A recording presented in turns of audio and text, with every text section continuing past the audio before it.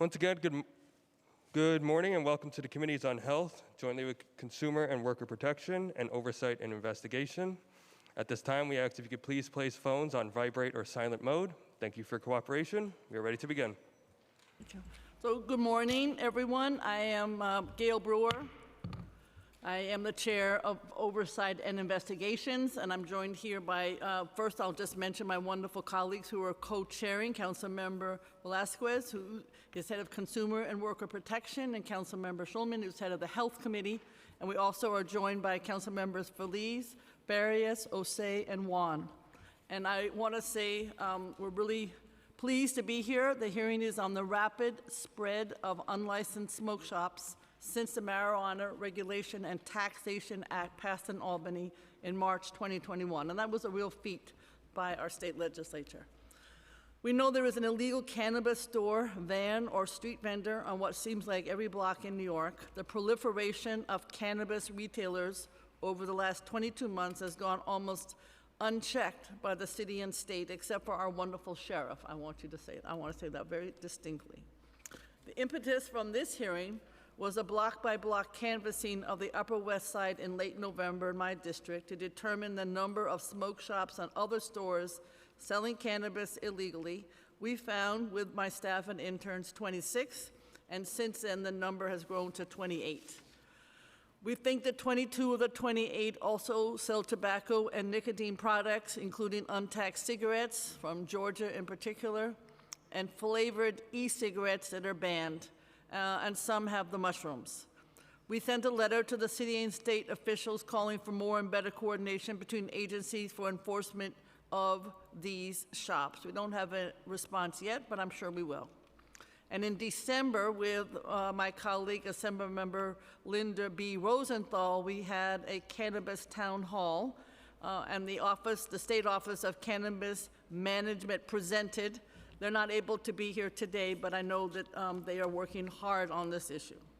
2 weeks ago, I had the honor of accompanying Sheriff Anthony Miranda, his deputies, the Office of Cannabis Management, and the New York Police Department on inspections of cannabis shops on the West Side where there are products, untaxed cigarettes, and we took flavored e-cigarettes and all of the above from 3 stores. One of the stores we raided is across the street from my district office on Columbus Avenue. I think this is the experience of everyone, but 2 days after the sheriff emptied the store of all the illegal inventory, investigators from the Committee on Oversight and Investigations, and I want to thank them, as I did, found that they were back in business, fully restocked. The project to reform our cannabis laws in New York and design a legal framework for recreational sales that avoided many of the pitfalls seen in other states was a really important years-long process that created the best legal cannabis law in the country. But the tidal wave of unlicensed sellers in the state's largest market threatens to undermine, I'm afraid, that laudable effort. The mayor has said, to his credit, that enforcement is happening as part of a pilot program, but enforcement, it just can't be a pilot. It has to be routine and present in government. These illegal stores, it seems to me, suck up revenue that should be going to licensed dispensaries that still cannot open due to state delays. We know that there is one, and we wish it well, but consumers are impatient for the long-delayed opening of legal stores to buy products that are inspected and that are seriously not full of any health risks from contaminants like metals or pesticides.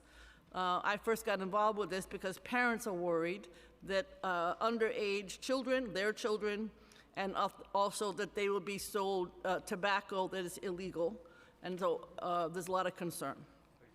As we know, there's just one store that's legal at the moment, selling recreational cannabis. It's the Housing Works Cannabis in the village.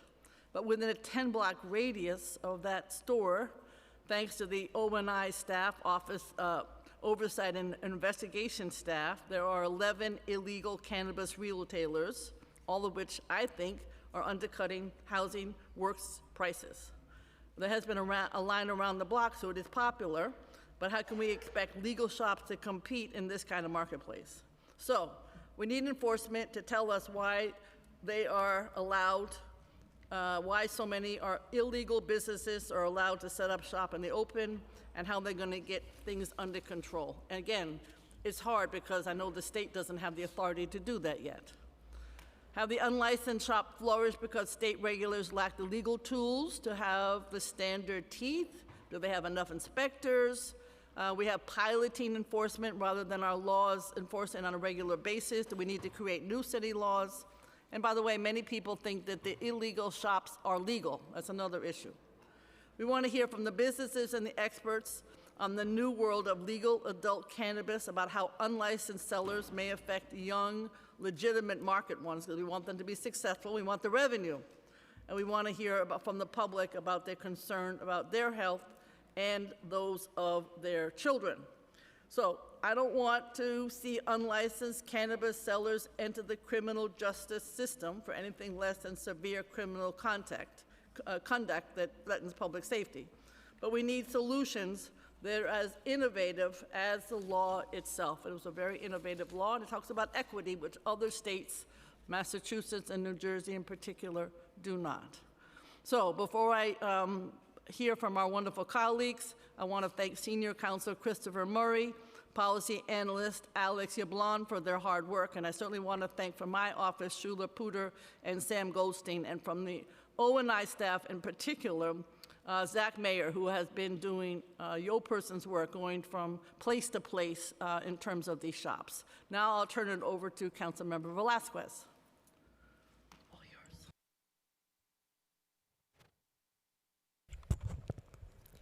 Good morning. My name is Marjorie Velasquez, and I am the chair of the Committee on Consumer and Worker Protection. I, along with my colleagues on the Committee on Oversight and Investigations and the Committee on Health, both Chair Brewer and Chair Shulman, would like to welcome you to our oversight hearing on the proliferation of unlicensed smoke shops. I'd also like to recognize my fellow committee members, Ariola, Farias, Wong, Olse, Feliz, and Abreu. The Marijuana Regulation and Tax Act was signed into law on March 31st, 2021. It legalized recreational cannabis use in New York. Unlike in other states where the recreational sale of cannabis is dominated by large corporations, the state carefully designed its initiative to grant the first opportunity to sell cannabis to those impacted by the war on drugs. In November of last year, the New York State Cannabis Control Board approved 36 conditional adult use retail dispensary licenses, or CARD licenses as they're known. 28 of those licenses were granted to individual business owners who have a previous cannabis conviction or who have a family member with a previous cannabis conviction. The other 8 licenses were granted to nonprofit organizations with a history of serving current or formerly incarcerated individuals. On December 29th, 2022, the first legal state-sanctioned dispensary for recreational marijuana opened up in Lower Manhattan. This dispensary is operated by the nonprofit Housing Works, which provides direct advocacy to support those who suffered from the war on drugs. The second, a state-sanctioned dispensary, is scheduled to open in Greenwich Village shortly. Currently, retail dispensary license holders demonstrated the ways in which they or their families were directly impacted by the disproportionate enforcement of the prohibition of cannabis. The initiative aims to benefit the most harmed individuals. However, this proliferation of unlicensed smoke shops seeks to thwart that opportunity. The viability of licensed operators is threatened by the illegal operation of unlicensed smoke shops. Those operating without a license are devaluing the hard-fought licenses earned by individuals and nonprofit. The city intends to advance the state's initiative and build a more equitable and inclusive market that rectifies the harms of the past. This requires enforcing state and local laws and ensuring that no businesses are skipping any steps before operating a smoke shop. And I'd like to thank the committee staff as well as my team for their work on this hearing, and I'm going to turn it over to committee counsel to administer the oath. Oh, wait, and excuse me, scratch that. We're going to turn it over to Councilmember Shulman. Thank you, Chair Velasquez. I want to thank the chairs this morning, Chairs Brewer and Velasquez. I am Councilmember Lynn Shulman, Chair of the Committee on Health. I want to thank you all for joining us at today's joint hearing. Before I do my opening remarks, I want to welcome Council Members Yeager, Feliz, and Ariola to today's hearing. Oh, and Joseph, I'm sorry, and Joseph, sorry, she's behind me. The purpose of today's hearing is to examine the proliferation of unlicensed smoke shops across New York City. These shops, many of which sell products that are not tested or regulated, present a clear danger to the health and safety of all New Yorkers, but particularly children, young adults, and teenagers. Unlicensed smoke shops are disregarding state regulations on where cannabis and tobacco retailers can be located, and they package and advertise tobacco and marijuana with colorful signage and flashing lights to attract young customers. We need to shut these places down. Unregulated tobacco and cannabis products must not be allowed to get in the hands of our city's children. Separately, tobacco use continues to be the leading preventable cause of disease and death in the United States. Cigarettes and e-cigarettes contain nicotine, which is highly addictive, harmful to adolescent brain development, and unsafe for pregnant people and developing babies. Research has also shown that vaping delivers cancer-causing chemicals into the body, and that popular fruity flavors appear to have the worst carcinogenic effect. While all cigarettes are dangerous and are known to cause disease, some unlicensed shops are selling counterfeit cigarettes, which often have higher levels of tar, nicotine, and carbon monoxide than genuine cigarettes, and may have contaminants such as sand and packaging materials. With the influx of unlicensed shops, it is easier than ever to purchase cigarettes and vapes. New York City has made tremendous progress in the fight against tobacco. We cannot let all that progress go up in smoke. Sorry about the pun, folks. The illegal sale of cannabis products in these unlicensed shops is a bigger crisis for consumers who do not know what is in the products they are buying, and for the licensed cannabis retailers that are following the rules. Recent lab tests found prohibited levels of E. coli, salmonella, nickel, and lead in about 40% of smokable marijuana, edible candies, and vaporizers purchased from 20 unlicensed smoke shops and dispensaries in the city. Many of the products tested contained THC levels inconsistent with what was advertised on the labels. Other products were packaged with colorful labels that appeal to children, imitating candies such as Rice Krispies and Skittles, posing a further risk of accidental and negligent consumption, especially by children and non-English speakers. The sale of illegal cannabis undermines efforts to launch a regulated marketplace that offers tested and accurately labeled products to adult consumers. I want to say that again, adult consumers, not children.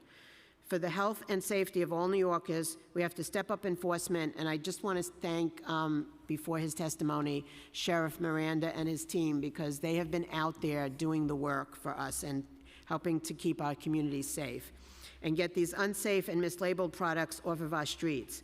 I want to conclude by thanking the committee staff for their work on this hearing, committee counsels Sarah Sucha and Chris Pepe, policy analyst Manor Butt, as well as my team, Chief of Staff Jonathan Boucher, and Legislative Director Kevin McAleer. I will now turn the mic back over to my colleague, Councilmember Velasquez. Thank you so much. I'd also like to recognize Councilmember Williams and Menon that have joined us today. I'd like to now turn it over to committee counsel to administer the oath. I just want to also mention that Councilmember Holden is on Zoom. Go ahead. Thank you, chairs. We'll now hear testimony from the administration. Before we begin, I will administer the affirmation. For now, I'll swear in the representatives who are currently at the table. If any other representatives from the administration come to the table during Q&A, I'll have to swear you in before you begin. Panelists, please raise your right hand. Do you affirm to tell the truth, the whole truth, and nothing but the truth before this committee, and to respond honestly to council member questions? I do. Thank you. You may begin your testimony.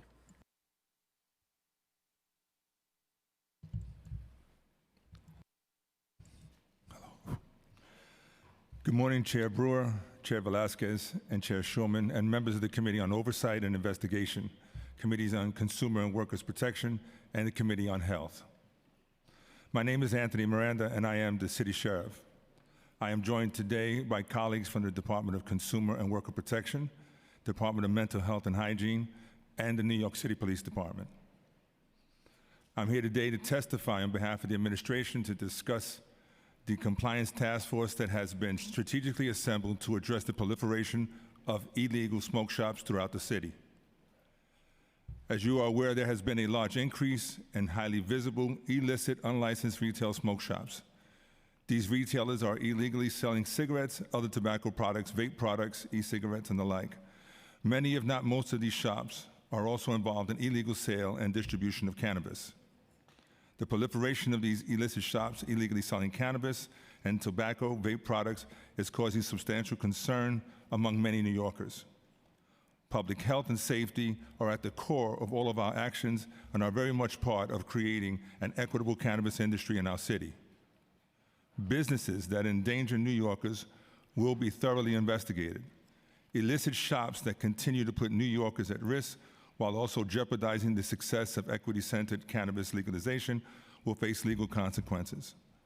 With respect to cannabis, there is a difference between the previously existing unlicensed legacy market. The MRTA was aimed to protecting and facilitating transition, and more recent proliferation of visible unlicensed smoke shops. The goal of enforcement is to protect the emerging licensed market and protect our communities.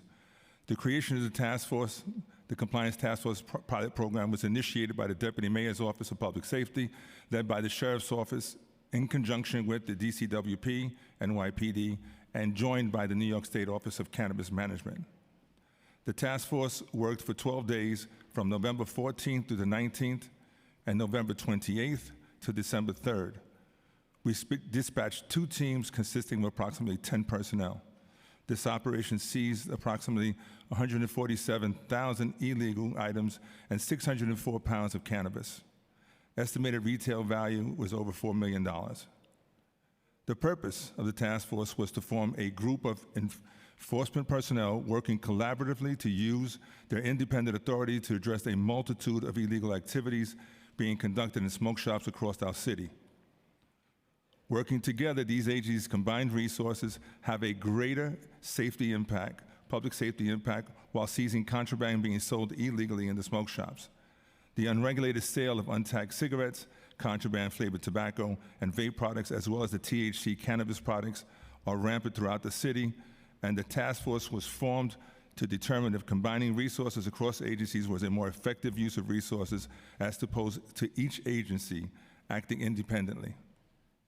The task force gathered information on suspected illicit shops by complaints, intelligence from various agencies such as NYPD, DCWP, OCM, and the Sheriff's Office, elected officials, and community organizations. Locations inspected were issued safety tips from NYPD, cease and desist letters from OCM, and referral to the New York City Cannabis for assistance to join the legal market. Due to the unrelenting work of the Cannabis NYC Interagency Enforcement Task Force, we have seized over 200,000 packages of cartons, including unlicensed cigarettes, flavored vapes, cannabis-infused edibles, and many of the look-alike marketing targeting underage consumers. The estimated retail value of items seized was approximately $6 million. Based on these efforts, both civil and criminal violations have been issued. The Ceres Interagency Task Force will continue to collaborate with all relevant agencies to protect the health and safety of all New York City by focusing on compliance with all existing laws. Multiple interagency teams will be dispatched to all 5 boroughs on different days of the week and on different times for compliance and enforcement. We are conducting long-term and short-term investigations, not only focusing on seizures to ensure product safety, but focusing on tax compliance, trademark infringement, and public education. Having said that, on cannabis, New York City has an opportunity to be a global hub of cannabis industry excellence in education and equity, and we must protect that opportunity. This administration will continue to support New Yorkers and justice-involved individuals who want to build and operate legitimate, thriving cannabis businesses. I appreciate the opportunity to testify at today's hearing, and I am looking forward to hearing your thoughts and questions. Thank you. Thank you very much. I want to also say we've been joined by Councilmember Menon, Palladino, and Botcher. Thank you very much. Should we begin questions now? Let's start the questions. Okay. So I think I want to start by just focusing on the task force. Certainly, I know your incredible work that you did on the west side, but I want to know the current status of the task force. I know you said it's ongoing, but could you be specific as to how you are going to proceed in the future? Locations, obviously not specific, but ways that we could be convinced that this task force is ongoing and that there will be a fierce oversight of the situation that you have also outlined. So can you talk more about the task force? Who's on it? What your agenda is? So we continue to collaborate with both NYPD, DCWP, and OCM in our operations.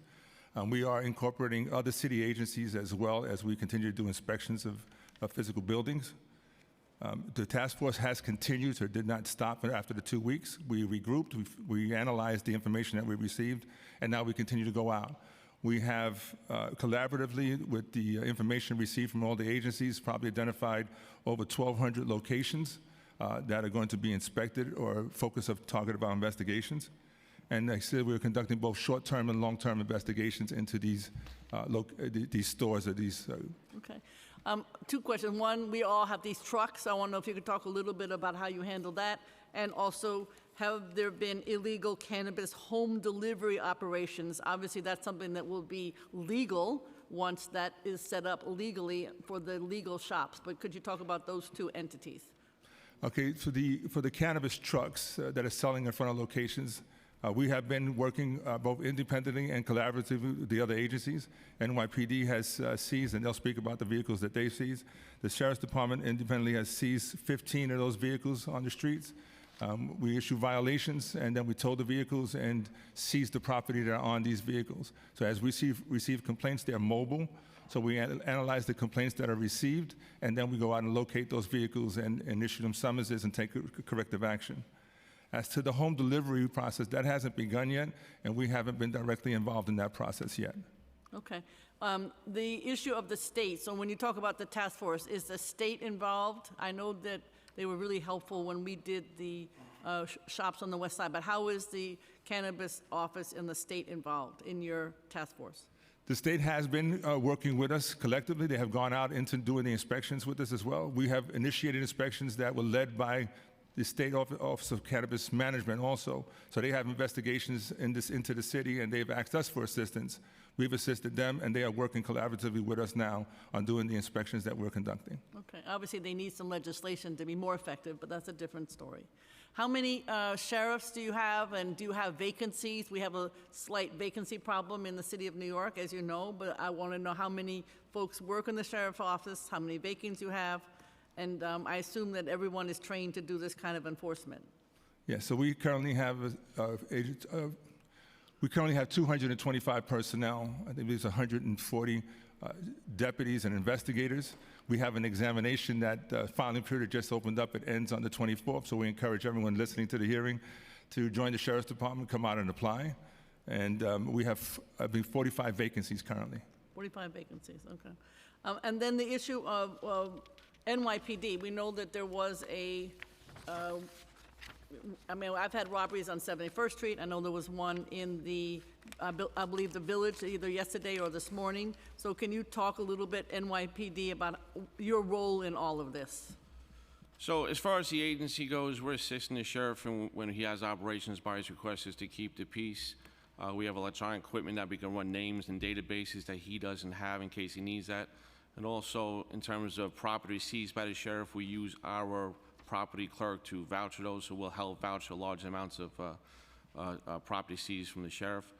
In terms of what we've done, especially over the summer, we did a survey by each borough, each precinct, to see how many smoke shops were actually out there in a universe, about 1,200 plus. We also took a look at the smoke shops, who is selling tobacco products, about 768, about 63%. We gave that to the sheriff for his enforcement efforts. We also have seen an increase in robberies of smoke shops. It's really alarming. I can give you some numbers. In 2022, commercial robberies with smoke shops, 593. In comparison to 250 last year. That's a 137% increase, a raw number of 343. So in November, we went to each smoke shop again, and we offered them services to how to protect themselves, whether it be a crime prevention survey, which is very detailed, and if they turned that down for whatever reason, we also gave them literature how to protect themselves vis-a-vis cameras, lighting, buzzer systems, requesting people to take their masks off when they come in the store. We've estimated for the 593 robberies, about $1.5 million in cash. That's an average of $2,500 per robbery.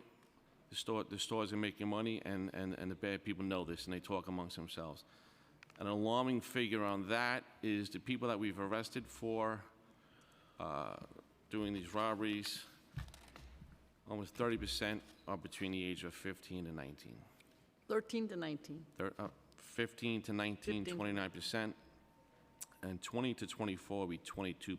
So over 50% are young adults. So this is being alarming for us as an agency and as a city, but we're also trying to keep everyone safe. You just mentioned last night, there was about 3 smoke shop robberies last night, and one incident, someone got shot at one of those stores.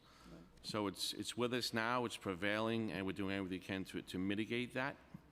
And how do we mitigate? There's many ways how we mitigate it, but this year alone, we do things called directed enforcement, where a police car will go to the store, park in front for a half hour, show the presence, go and speak to the store owner, everything okay?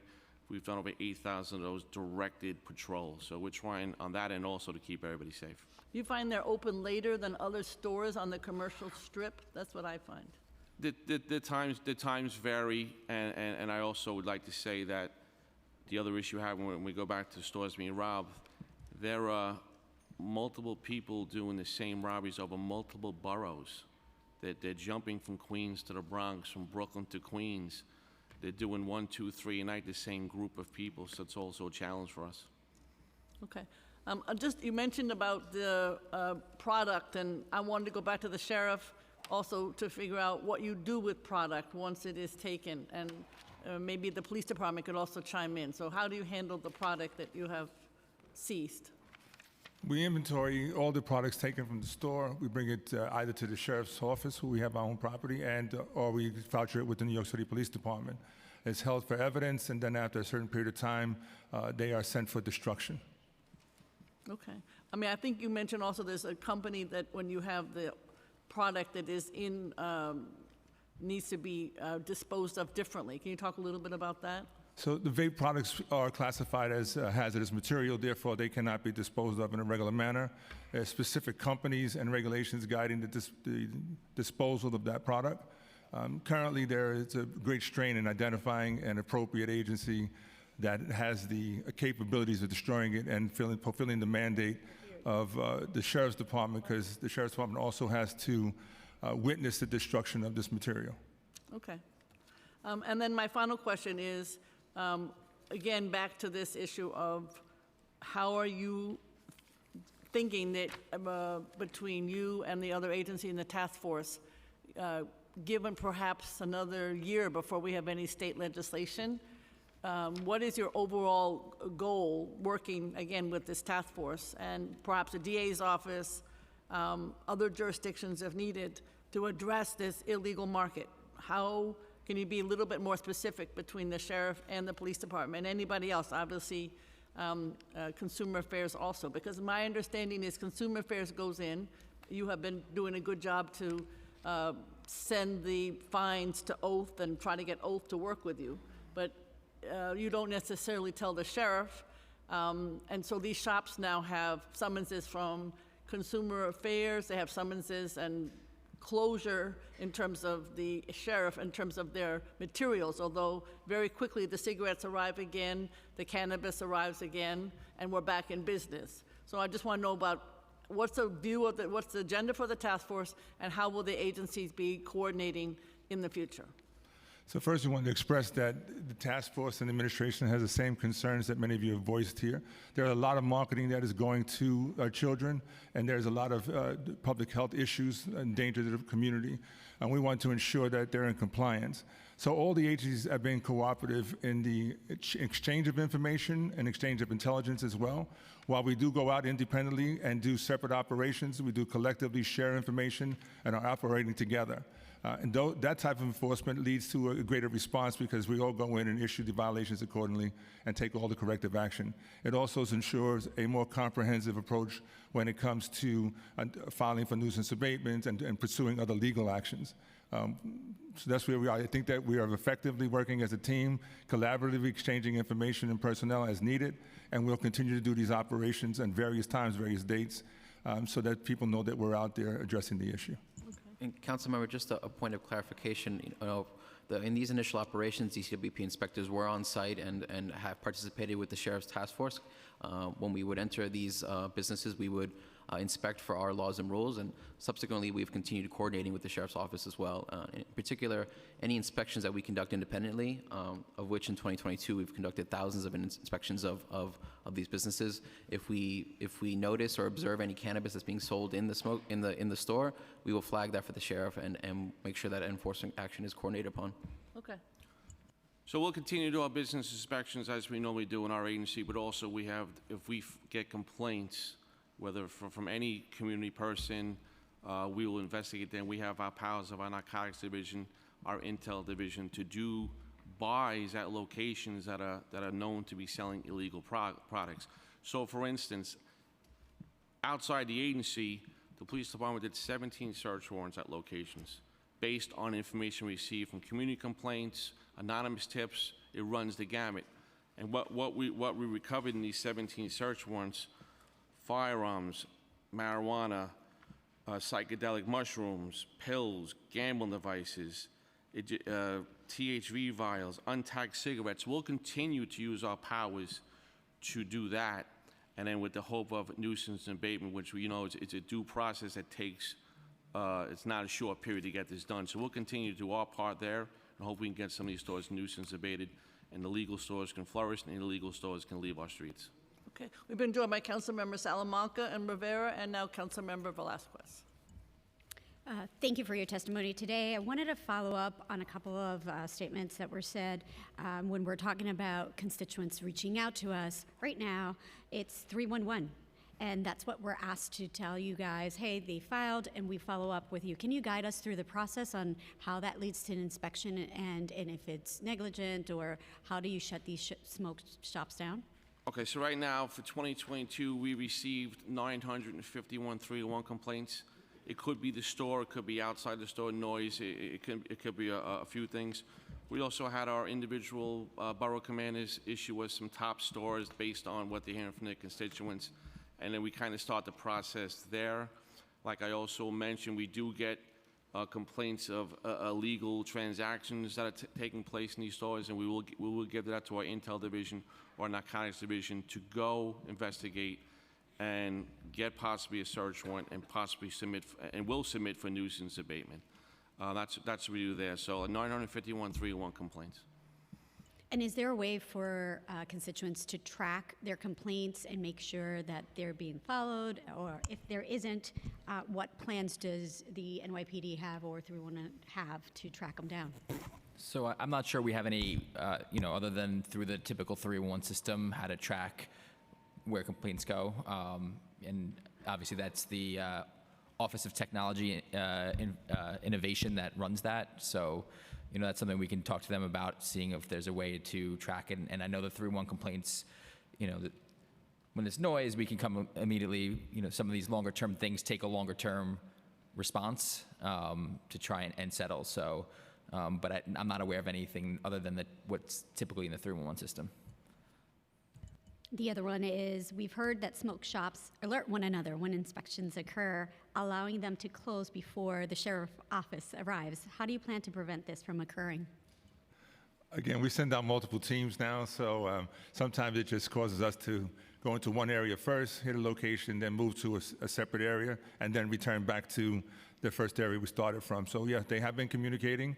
That happened at one of our inspections when we were out with the councilwoman. And again, it's something that is going to be innovative. They are going to talk to each other. They are communicating about our enforcement efforts. In some regards, we want them to know the work that's being done, and we want them to know the type of enforcement that's going on so that they understand that we're not going away. And that needs to be the message that we're sending, that we're here, we're going to be taking the corrective action. We're going to every community and every neighborhood, different hours of the day and different days of the week. And enforcement and compliance is what we're focusing on. Has the task force taken steps to identify common owners or funding sources behind these unlicensed smoke shops?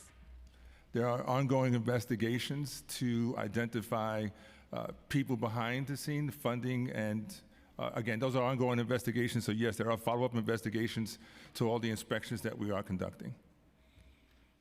Is there any information you'd like us to share with us today? Any enforcement actions that you are looking forward to implement, depending on the severity of their cases? Again, I think some of the information, again, we do ongoing investigations. We're looking into the trademark infringement, working with the various district attorney's offices, and we're doing tax investigations. Some of the challenges are that some of these businesses haven't filed taxes yet, but their time is coming due now, and so we're looking forward to continuing that follow-up. Following with that line, does the city have an estimate of the revenue owed to the city from this cannabis tax or tobacco taxes that have sales taxes or any business taxes by these illegal sellers? DCWP, do we have an amount or? DCP does not have an amount on that. Okay. Can we find a way to give us those numbers? Because I'm pretty sure that's revenue that we need for our budget. And we wanted to also know, are there any enforcement plans to crack down on the illegal cannabis delivery services? I know you mentioned it briefly in the beginning. How do we address the trucks that are coming into our communities and certainly the one-on-one delivery services that are soon to pop up? Again, the delivery service we have limited information on. As that market develops, we will be taking enforcement action accordingly. As we receive that information, I'm sure it'll be joint effort between all of our agencies to address it. And I think there's general rules and regulations about transporting narcotics and vehicle stops that will counter some of those activities as well. Also for NYPD, you had mentioned 593 commercial robberies in 2022. Do you have a breakout by borough? Yes, I do. I can go through all. You know what? I do not have that. I can get you that. It's not hard to get. Perfect. Is there any specific borough that comes to mind with the highest number? Bronx, the northern part of Queens. Common denominator usually is the RFK Bridge. They get back and forth quickly, but it kind of runs the northern part of Brooklyn. I would venture to say it's evenly spread out. And like I said, a lot of these robberies, at least half of them, are committed by the same persons or persons doing what we call patterns in our business. Over half of them are patterns. So it's very, very tasking for us. What kind of resources can we, as a council, give to empower you guys and make sure that we're keeping our community safer? Cameras are always great. August cameras are fantastic. We utilize them. We have the ability to track cameras for a long span. Some of these robberies are committed using vehicles with paper plates that are not registered, plate covers. People who drive with plate covers, I would like that penalty to be much higher because that's definitely an issue. Stolen cars, that's a different issue, but kind of all goes hand in hand. The vehicles they're using to commit these robberies for escapes, and in terms of also using illegal dirt bikes, the maneuverability to get out quickly. So it kind of all goes hand in hand here. Thank you. I'll turn it over to Councilmember Schulman.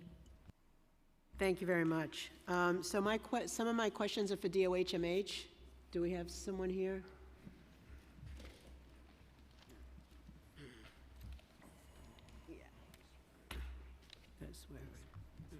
Before we start questioning, I'll just swear you in.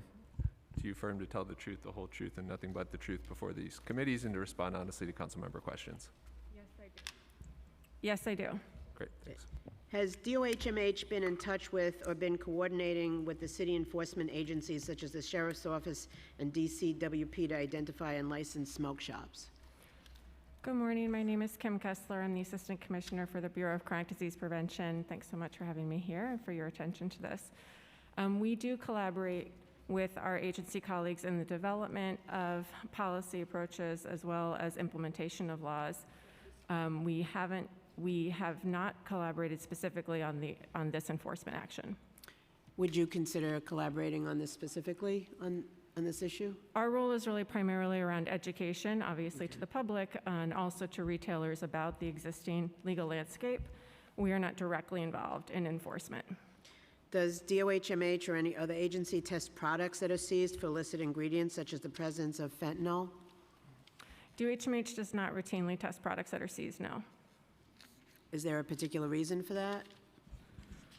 That's just not part of our routine activities. Certainly, I understand that's a serious concern. It's not something that we are currently engaged in.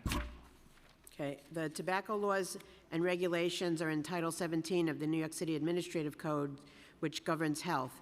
Is DOHMH working with DCWP to ensure that owners are aware of the city's tobacco laws and regulations, including the licensing requirements? Yes, as I mentioned, we work closely with our agency colleagues in the development of policy, and then once policy is enacted, around implementation. That includes a lot of efforts around retailer education, so things like developing FAQs, and then we also receive funding from the state to educate retailers about the existing laws. And those education activities can include things like visits to retailers. We have a toolkit that outlines the existing laws. We also do outreach to stakeholders to make sure that they have awareness of what the laws are, and provide materials around signs that need to be posted and other information. Can you provide an overview of the different licenses, such as the city-issued tobacco retail dealer license and the New York City e-cigarette retail dealer license?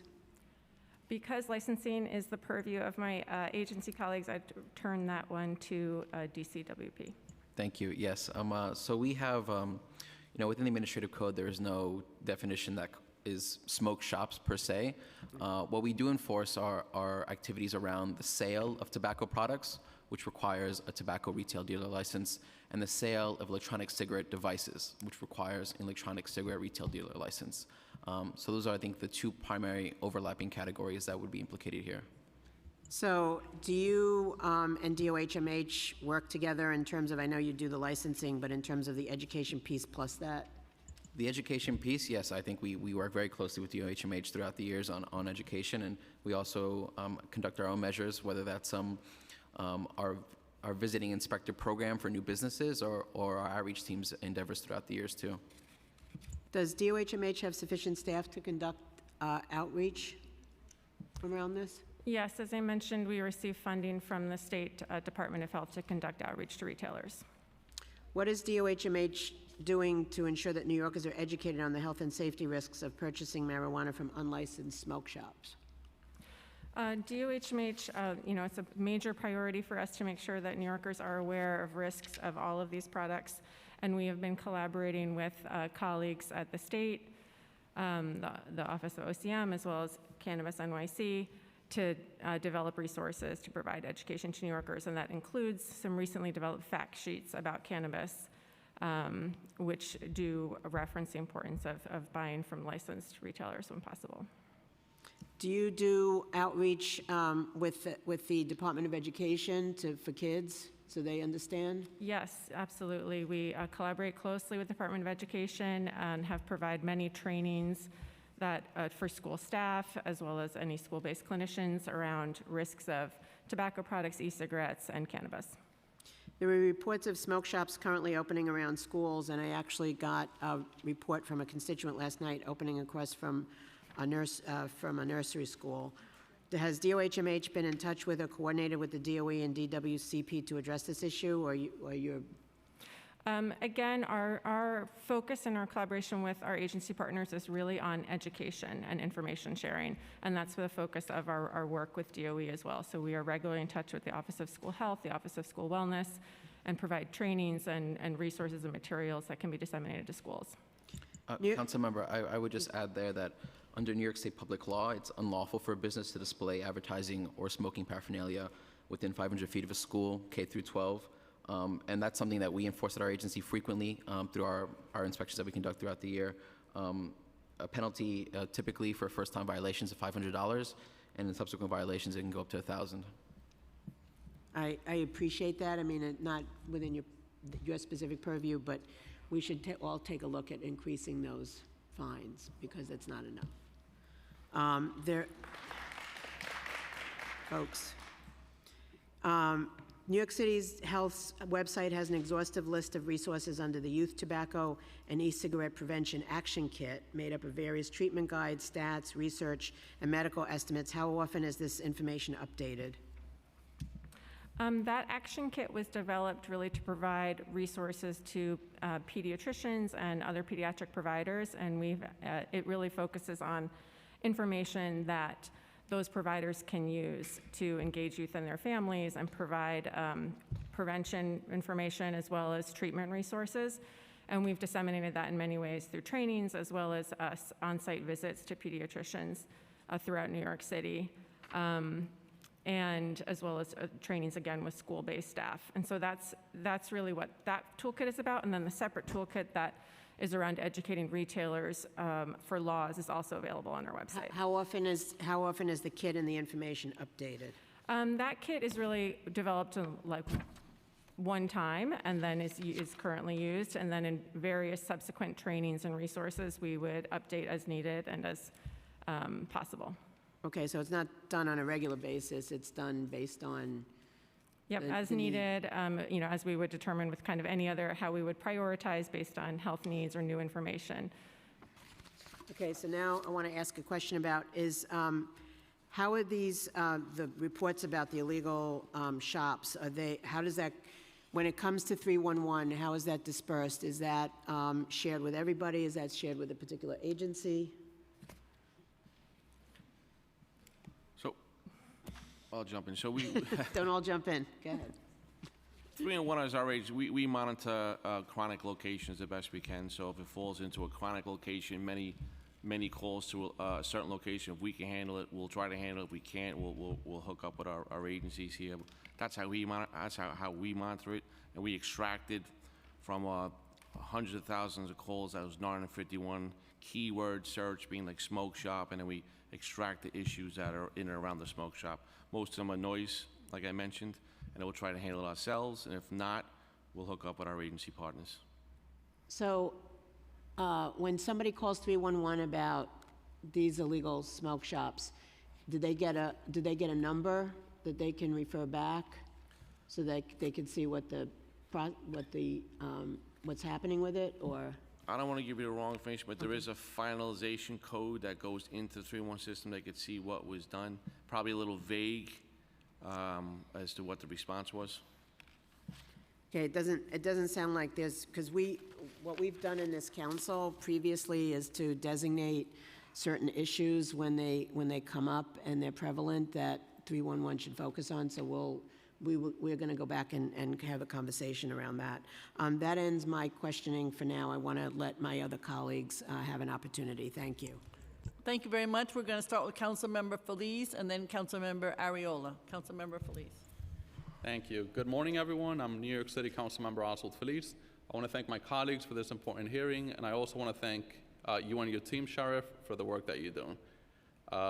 As we all know, these unlicensed smoke shops have popped up everywhere in our city, and they've created new problems.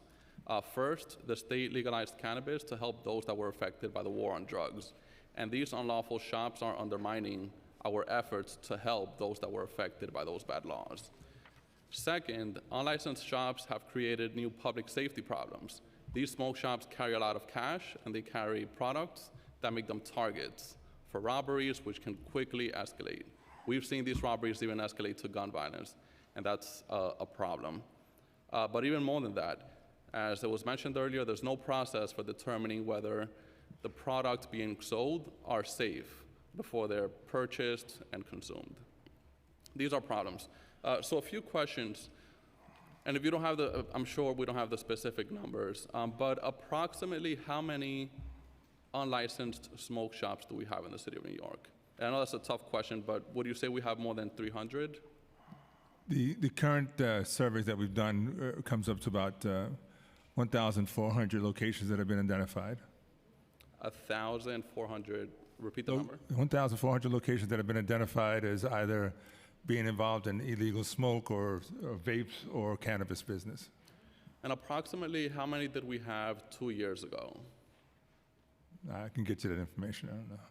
Do you have a super rough number? Would you say less than 300? And if you don't have the number, that's fine. I don't have that information.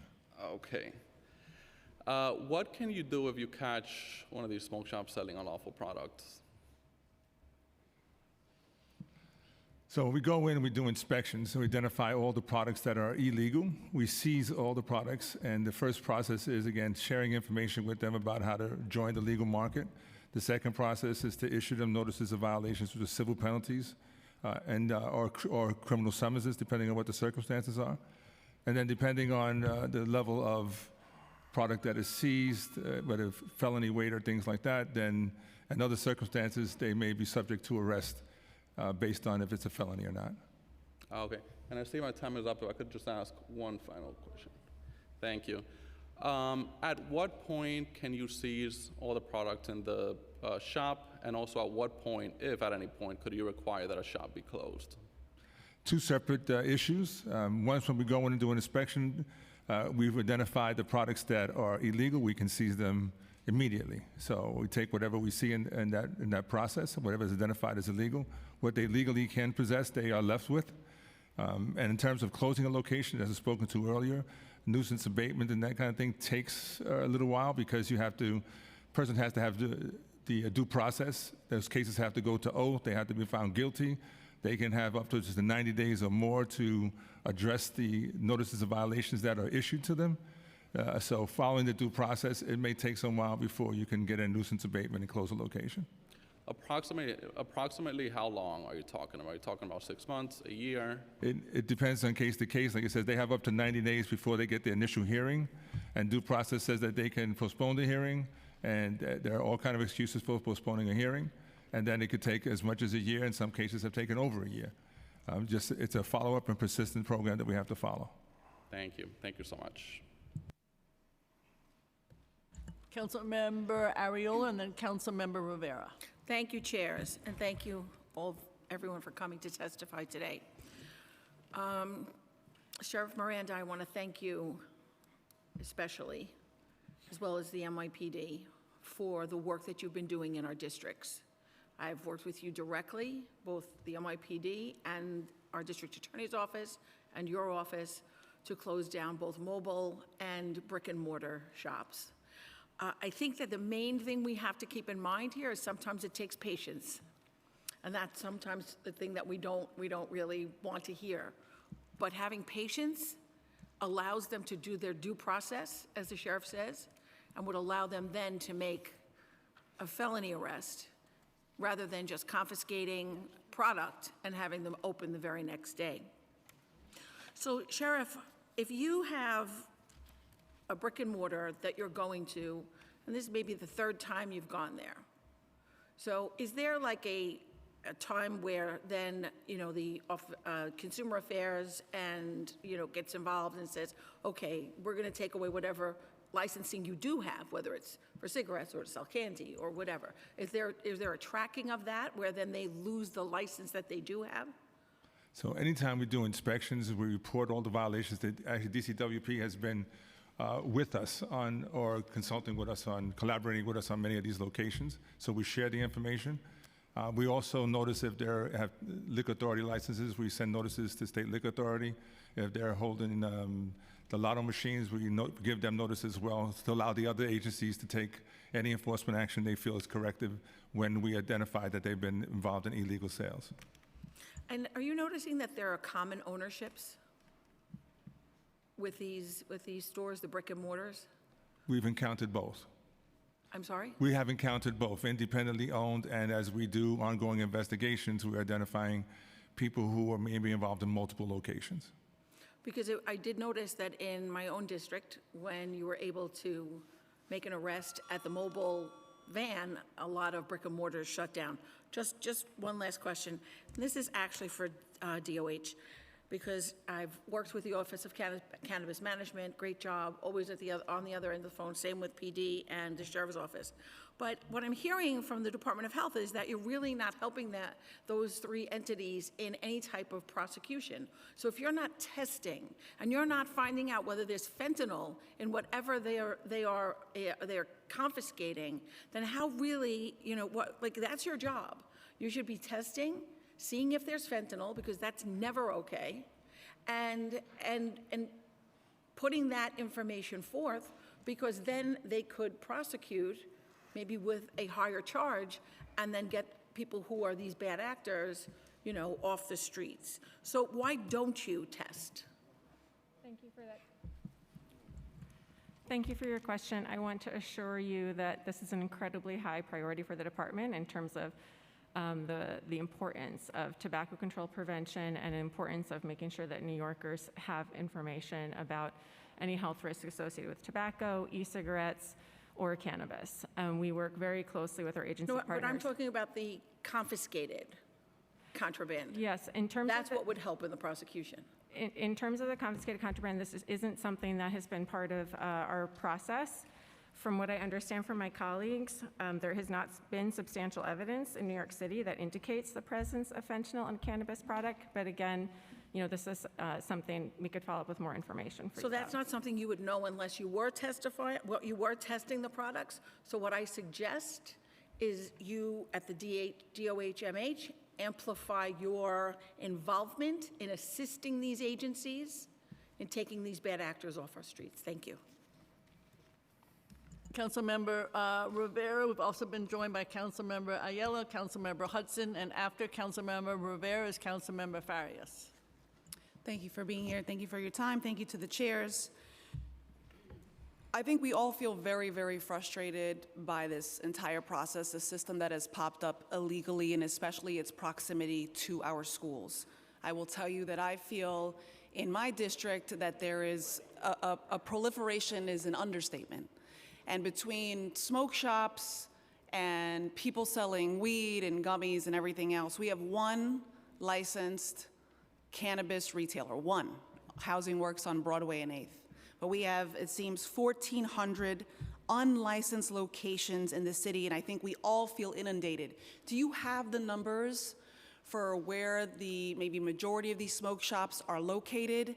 And if you do or do not have those numbers, you said that 1,052 violations were issued in 2022. That's the data that we have out of 4,000 from 2016 to 2022. Do you know where the majority of those violations were?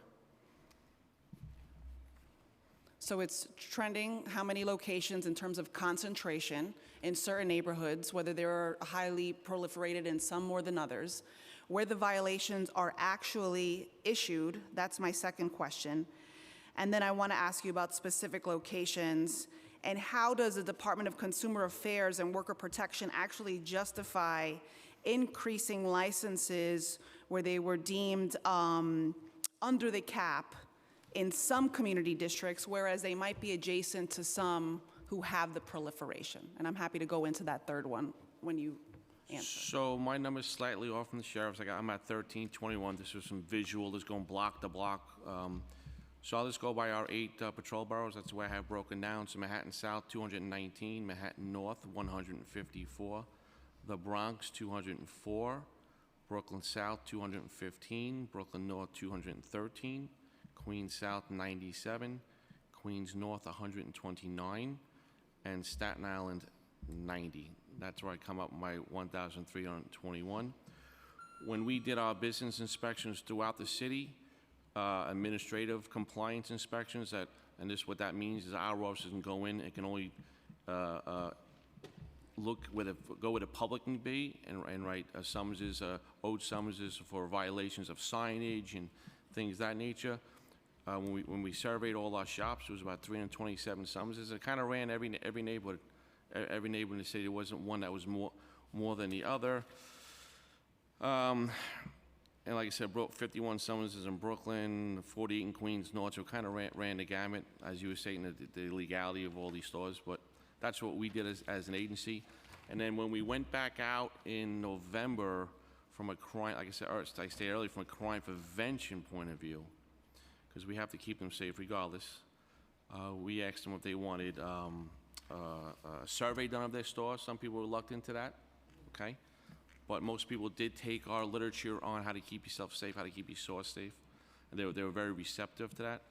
We talked about some technologies they could use to protect their money, because it's a $1.6 million in theft, robberies. So they were very receptive to that. Okay, I appreciate that. You said 219 in Manhattan South. My district's below 35th, so that pretty much covers Manhattan South. And I just want to work with you all. I mean, I have, shops across from American Sign Language on East 23rd. I had a location that we had to follow up on East 28th Street near a school.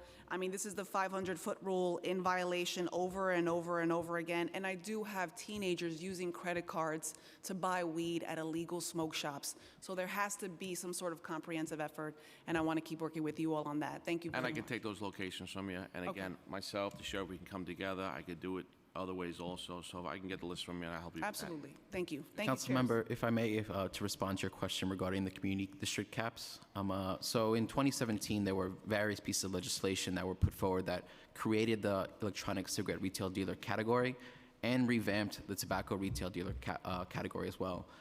One of those pieces of legislation, I believe it was carried at the time by Councilmember Johnson, created caps per community district. So in a community district, let's say, for example, let's say there were 100 active licenses of tobacco retail dealers, the cap was purposely set at 50%, so that the cap was 50, essentially, for years moving forward, and any new licenses could only occur once that cap fell below 50.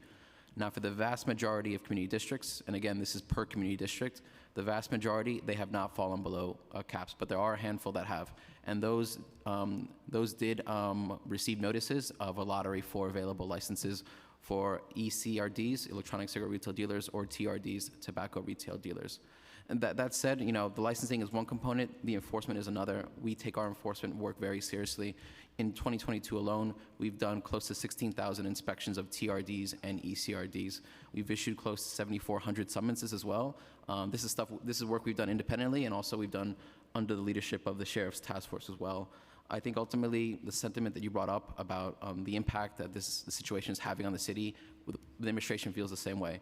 And we are thinking creatively with city laws of how we can tackle this issue, and how can we make sure youth are not being exploited, and how we can make sure that the regulated market is not going to be exploited either. Thank you. I appreciate that. And you all have been responsive. I know there's a lot of work to do. There are certainly a lot of shops in my district. So thank you all for your testimony, and thank you to the chairs for being so gracious. Thank you very much. Councilmember Farias and then Councilmember Menon. Hi, good morning, everyone. And I do want to just say that I appreciate this hearing being held and all of my colleagues' really great questions. I'll just get right to some of mine.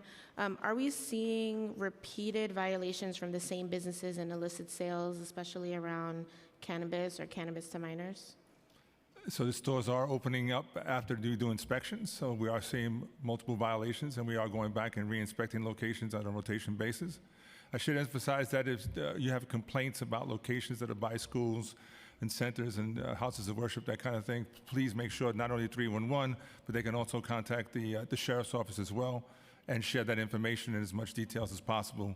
And we'll also put it into our database and make sure we're doing investigations. Great, and I just want to re-clarify, when there is a violation, or when you do find a violation of sales of cannabis, for example, in a shop that's not legally able to, as previously mentioned, we only have one, is there a fine in connection, or are we still just doing the warnings? I just want to re-clarify. Well, the summonses and the seizures will result in the notices of violation. Those are fines. Okay. They have to have oath hearings, and they'll pay accordingly to what the judge determines is the appropriate penalty. Okay, great. I just wanted to re-clarify that. And in terms of repeat offenders or repeated violations from the same businesses, do we have anything in place where there would be like a suspension of the license or suspension of other licenses, or maybe a list of, like a list that we have saying this person was found, or this business was found 2, 3, 4 times? Is there anything like that in the state law or that the city has right now? Again, we be clear about this, is that the locations we're talking about are illegal. There is Right. no legal cannabis sale, and Right. no legal vape products that they can sell. Flavor vapes are banned. Right. So they're engaged in legal activity. And we share the information of, all the agencies share the information accordingly when somebody gets either the notices of violation or any of the infractions that are found against them. And then I don't know what the state does. The state evaluates when the person applies. I believe they look at a person's history to determine their eligibility for other. Okay, so we don't have licenses. anything on record right now stating that if they found in violation of illegally selling 2 times, they cannot get a license for There's- 2 years? No. There's nothing like that I'm aware of. Okay, and if I just have 2 quick questions, chairs.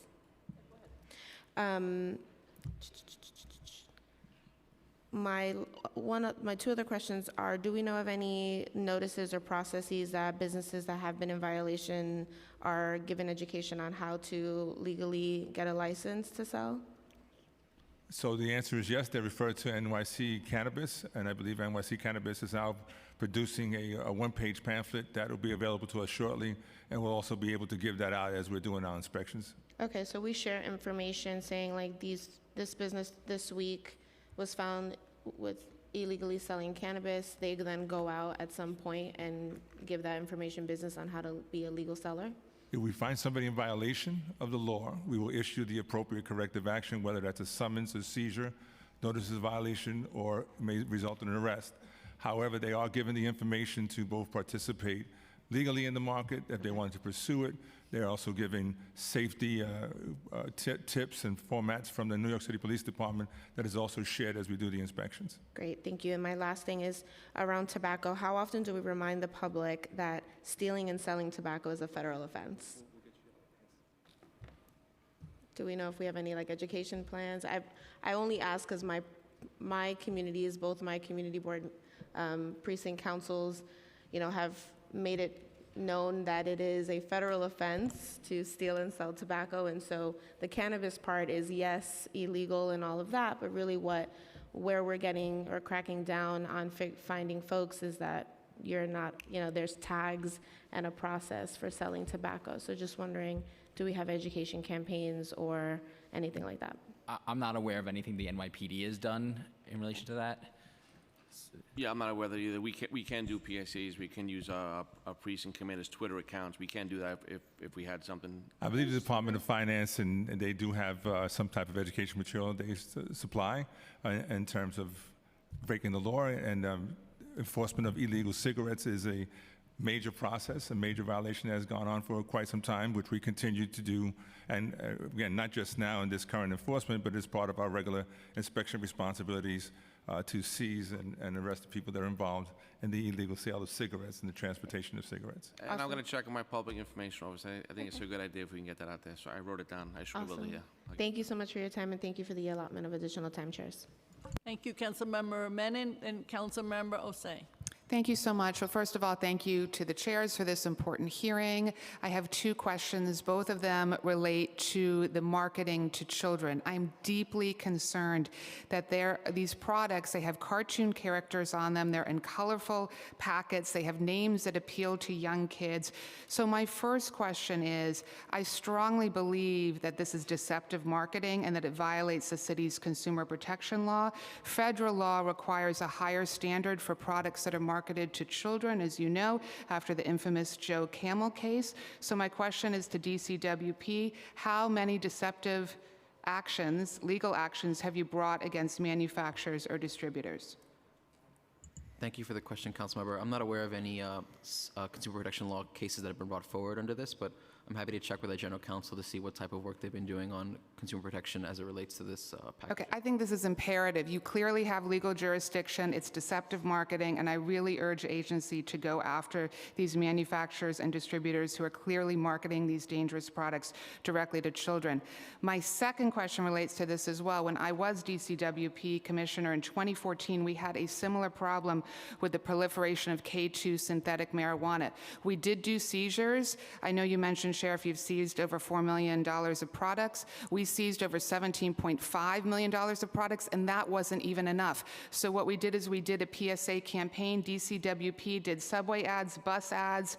We marketed ads to schools. We mailed 9,000 postcards to every single cigarette retailer talking about the dangers of K2 and synthetic marijuana, and that was being targeted to kids. I really urge DCWP to take a page out of the book that we did around K2 synthetic marijuana. We were able to tackle that problem in a really meaningful way. Again, Councilmember, I will check in with our general counsel and our law department regarding our jurisdiction on the consumer protection law. And this other issue about a public education campaign, I think all of us here would be interested in discussing further, perhaps with the mayor's office too, about what measures and resources can be leveraged for that. Okay, thank you. Councilmember Osei and then Councilmember Palladino. Thank you, chairs. And I want to start my questioning to the NYPD. Aside from seizure of illicit products, are stores completely shutting down? And if so, what is the process to completely shutting down a store?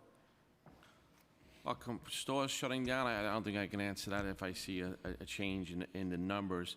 Again, to shut a store down, we could do seizures, we can have our narcotics team make buys of illegal products. But I think the conversation goes to the nuisance abatement due process. It takes a long time to do this. Mm-hmm. And I don't know, I'm not an expert in this, obviously. I don't know what the answer is, but nuisance abatement takes 6 months to 2 years to get done. Mm-hmm. So we can make a legal purchase with our use of our narcotics and intel division. We could write oath and cease summons for compliance issues. We could team up with the sheriff's initiative. But I think the question becomes, as a whole, what can we do with nuisance abatement to make it more expedient to have the legal stores flourish and take the illegal stores off our streets? And maybe DCWP can answer this one, or NYPD if you do have the answer, but are there mechanisms in place to ensure that owners are prevented from running another unlicensed smoke shop again? Say in 6 months, if their store is shut down, how are we preventing them from opening up another one in the future? I can approach that from the licensing perspective. Okay. You know, we do a quality review on license applications, and we try to make sure that, for example, if one business has shut down, has been lost their license for some reason, that same owner is not in some backdoor type of way trying to find a new license application. I think one thing that helps with that though right now is that we have caps in place, so it's very hard for businesses to apply for a new license. An exception to that cap is by purchasing a business that has a license, but again, a quality review is what we would engage in that licensing perspective. And just to echo what Deputy Chief Shell was mentioning, you know, I do think there, ultimately, when we observe violations and issue a summons, those do get adjudicated by a judge at oath. That process does take time in terms of scheduling. Businesses have a right to reschedule. Businesses have a right to appeal. So that for that reason, that's why I just want to add a little bit more detail to the timeline and why it could be a lengthy process. But for that reason, DCBP, we always re-inspect businesses that have been found in violation after to make sure that they're moving into compliance, or if not, to issue them another summons. I think that's why the task force has made sure to keep track of these businesses as well, because we don't want to let it fall off our radar, so to speak. Could I have a couple more minutes to ask additional questions? Another question for DCWP is, my constituents are concerned about the presence, obviously, of these unlicensed stores in our community, and especially as my district is residential and has a large amount of families and youth who would be impacted by the presence of these shops near our schools and places where youth gather. According to real estate brokers, unlicensed smoke shop owners were the only group renting out vacant brick and mortar stores post-pandemic. However, is there a way that DCWP can work with the real estate industry to prevent such stores to open, especially around places where families and youth gather? I don't think we have any particular jurisdiction over commercial retail space, but in terms of just working with a group, I think that is a creative mechanism for how we could approach this issue from a different angle. I don't know if it's something that, you know, we could definitely look into exploring. Okay. And the last concern that I have is obviously the war on drugs is still a major concern for communities of color, especially black and brown communities like the one that I represent. I know that there was hints at possible arrests that are made when, you know, the NYPD does come to some of these shops. How many arrests have been made since the task force has been created? So I'm the sheriff's office, and Okay. so two different responses. So in our investigations, we had 3 arrests. 2 were for felony, 1 was for an active warrant. Okay. And so the goal is not, like as the mayor has said, is not necessarily to make arrests, but when the law requires it, we are going to do that. It is to issue them the education piece. It is to force compliance and kind of take these illegal products out of the marketplace right now. We expressed a lot of concerns about the packaging to children, especially the possibility of the fentanyl contamination. These are serious concerns that the administration is trying to address in its enforcement. We are working with the various district attorneys' offices as well to pursue some of the trademark infringement. We're trying to be very creative about the packaging and the illegal market and how it's growing. And it's going to continue to develop, which is going to require each of the agents to be very creative and cooperative in their responses to adjusting to the illegal market. Just with the interagency, we've had no arrests except for the warrant that the sheriff just mentioned. Okay. Thank you, chairs, for the additional time. Thank you, Councilmember Palladino, and then Councilmember Yeager. Good afternoon, everybody, and thank you very, very much. I want to applaud your efforts. It's shown up. I represent District 19, which is the northeast section of Queens. So to say that smoke shops are rampant is an understatement. They are popping up the way candy stores used to pop up. And to Councilmember Mellon's point, we share a great deal as far as in one precinct, which is the 109, we have 25 smoke shops in one precinct. Now, I go out a lot. I know a lot of people spoke about the 311 calls. I'm one of those city council members that walk the streets. I visit my district. I visit my smoke shops. And I speak to the smoke shop owners, and I warn them about what's going on because I am told what's going on by my constituents. This past Friday, I had visited a smoke shop back in October. I reported it to LaRon Hall, which is the deputy inspector of the 109. I work very closely with Richard Porto. And again, Northeast Narcotics, I want to applaud the work you're doing. You are understaffed for sure. But they made an arrest on College Point Boulevard for one of the stores that I visited in October. And what they recovered was cannabis, psychedelic mushrooms, and over $500 was seized, along with 2 perps were arrested. Now, I understand that store is now reopened. Can you give me a little insight into, once this store was busted on the 11th, what happened to that? I'm on the phone with LaRon, but I'm here right now, so I cannot finish my conversation with him. What would be the steps that these 2 store owners are facing once they were pulled in on Friday? So as far as the arrest, I'm trying to look it up now, the 109 precinct. I'd have to look up who got arrested, how was it adjudicated through arraignment, and where does the case stand now in terms of their legal liability? I don't have the answer for. And then we're going to circle back to just generally, what happens when someone is arrested and the stuff is seized? How soon after are they arrested? Is their store opened the very next day, reopened the very next day? We can't close it. You can't close it. We're going to get back to the nuisance abatement part of this. I can't speak to the license part of this. As far as the people that got arrested, they will be out. They will be out the next day. Okay. Well, here on the city council, I introduced legislation. I want to know if this will help you in any way, shape, or form to do your jobs.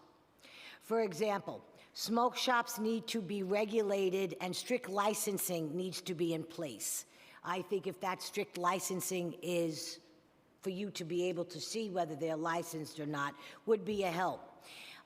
They would include, but not limited to, regulating the sale of glass and other smoking paraphernalia, synthetic marijuana, candy-like edibles, child-like marketing, which attracts the minors to this establishment, and IDs must be made available, and hours must be put in place. Would that help you do your job a little bit better? If we curtail, because we put in smoke, This city has allowed smoke shops to just pop up with no infrastructure in place. That has become very obvious. So, Councilmember, I think it's difficult to comment on legislation without looking at it. We're happy to work with you, and we appreciate your help in thinking about ideas outside the box. We're open to all ideas, Yes. and I think everyone at this table would happy to work with you. I know you would. And figure out where we can use your ideas. Maybe we have other ideas we can include on, and Absolutely. so we're happy to have that conversation. And to Councilman Mellon's point again, we have right now opening up maybe 800 feet from a junior high school. So my 109 was notified of that. What my office does is we go through. Councilmember, can you wrap up? Yes, I will wrap up. The important thing is to find out who the owners are, who actually own the establishment, who they're renting to, and this will help you to do your job, I think, a little bit better too. But I want to just really reiterate the fact that this is marketing towards our kids. This is a very dangerous situation that we're in, and something needs to be done, and you guys are doing your job. Us as a city council needs to do a better job. Thank you very much. Thank you. Councilmember Yeager, Councilmember Joseph. Councilmember Yeager. Thank you, Madam Chair. Good morning. It must be very frustrating for the police department and the sheriff's office to come here and get all these questions about enforcement when the environment that led to the need for enforcement was created by the very people who are asking these questions, either in this House or in the state legislature in Albany. And so I appreciate that your calm and demeanor in how you approach these questions. I want to ask a little bit, as some of my colleagues asked before, about these arrests. When you do a raid, I guess this is to the sheriff, when you do a raid and product is seized, are you able to effectuate an arrest at that moment, or is that something that happens later on in the process? It depends on the type of product that is seized, and then that determines whether an arrest needs to be made at that moment or not. Otherwise, we issue notices of violations or the criminal court summonses appropriately. Okay. How many nuisance, if at all, how many nuisance abatement cases have been filed, I guess, since this process has started? So I could say from NYPD, we are working on filing them, but we haven't had any filed yet. Okay. Has there been any consideration to, as one of my colleagues from the upper level asked earlier, or mentioned earlier, that some of these cases rise to the level of federal crimes? Has there been any working relationship with the U.S. Attorney or the FBI in turning over some of the cases? I guess that's really for PD more than anybody else. There are times where we have what we call in our business a long-term case. So we will work with our federal partners, whether the Eastern District or Southern District. I don't know of any off the top of my head, but I can get back to you with that. Okay. It's also something we can cultivate in the future. So my suggestion... We also have members of our sheriff's office that work on the task forces, and so they are interchanging. Some of these investigations require further jurisdiction, so we do work with them in terms of finding appropriate responses. Okay, I'm going to wrap up, Madam Chair, and I just want to... The clock rang, and so I'm almost done.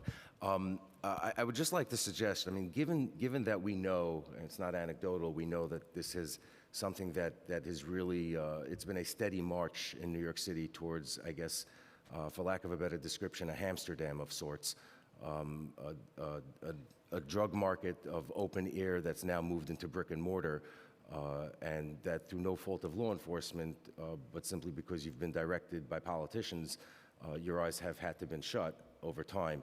I think there's a valid suggestion that to the extent that you identify crimes that are committed that are also federal crimes, to simply turn them over to the federal authorities, because the enforcement and the punishment is still there, at least in the federal system, if not in the New York State Penal Code. And I'm going to turn it back to the chair because I know that there are other members who are waiting, but just to my previous point, I want to appreciate very much and express my appreciation that you're fighting a battle that is not of law enforcement's making, that's been dumped on your feet by politicians who created this system, perhaps predecessors of this body, not necessarily the members who are here today, but the policies have been created in Albany and here in the City Council, and now we're reaping what has been sowed in the past. and that's what you're facing. Thank you very much. Thank you, Councilmember Joseph, and then Councilmember Ayala. Thank you. Good morning, everyone. Thank you, chairs. Question is, how closely does DCW work with Office of Cannabis Management when tackling the issue of influx and smoke shops across New York City? Thank you for the question, Councilmember. I think what the administration has done with this task force is bring forward our respective offices, DCWP, NYPD, the Sheriff's Office, to collaborate with, in part, OCM, but also to think of our own creative mechanisms to tackle the smoke shop issue. Thank you. Also, when I meet community members, one of the things they say, council member, I go to sleep and I wake up and I see all these shops pop up. What can the average consumer do, or community members? Can they file complaints? Where can they go, and what power do they have against seeing all these pop-up shops in our districts? Well, from the perspective of DCWP, you know, we take in 301 complaints. We go out in the community, we educate them about licensed businesses and using appropriately licensed businesses. We're happy to work with your offices as well to identify unlicensed businesses in your district and make sure that inspections go out. And if we observe violations, that they are issued accordingly. No, community members. What if I want to file, everyday New Yorker who wants to file a complaint about these pop-up shops, where do they go? Well, from the ECRDs or TRDs, those can happen through 301. They can also contact our team at DCWP. They can contact us at community@dcwp.nyc.gov. I believe there are also other referral mechanisms with respect to perhaps cannabis locations, which I believe go through OCM or can also arrive to the Sheriff's Office as well. In terms of education and engagement with young people, what are you guys doing to inform young people about e-cigarettes, these pop-up shops? As many of my colleagues have stated before, when you walk by, they look like Cheetos, they look like gummy bears, they look like they market them as they would market regular stuff to children, candy. What are we doing to make sure they do not land in the hands of these young people? Well, one of the things we are going to do, I met with my community ambassadors, and we're going to have them hit the schools. As I'm writing down ideas as we're talking. Our community ambassadors should be in these schools with the proper literature about safety and what to look for. I think it's a great idea I've gotten from today, and that's right for, and our precinct council meetings with our commanding officers. This should be a topic of conversation every time we have an opportunity to do so. And in the police department, in our precincts, we have many, as you well know, we have many opportunities to get this literature out. So between our public information, the ambassadors, I'm cultivating all these ideas to get this word out better and better, and through social media also. I'm going to bring this back. Yeah, social media, where we can capture the young people. As the education chair in the city council, I'm very concerned. And I sit with the DOE all the time. You guys say you guys are putting out flyers. I don't see it. I get a briefing from the DOE as often as possible as the education chair. So I would definitely love to work with your office to find out how we can curtail this marketing tactics to young people. I look forward to that. That'd be great.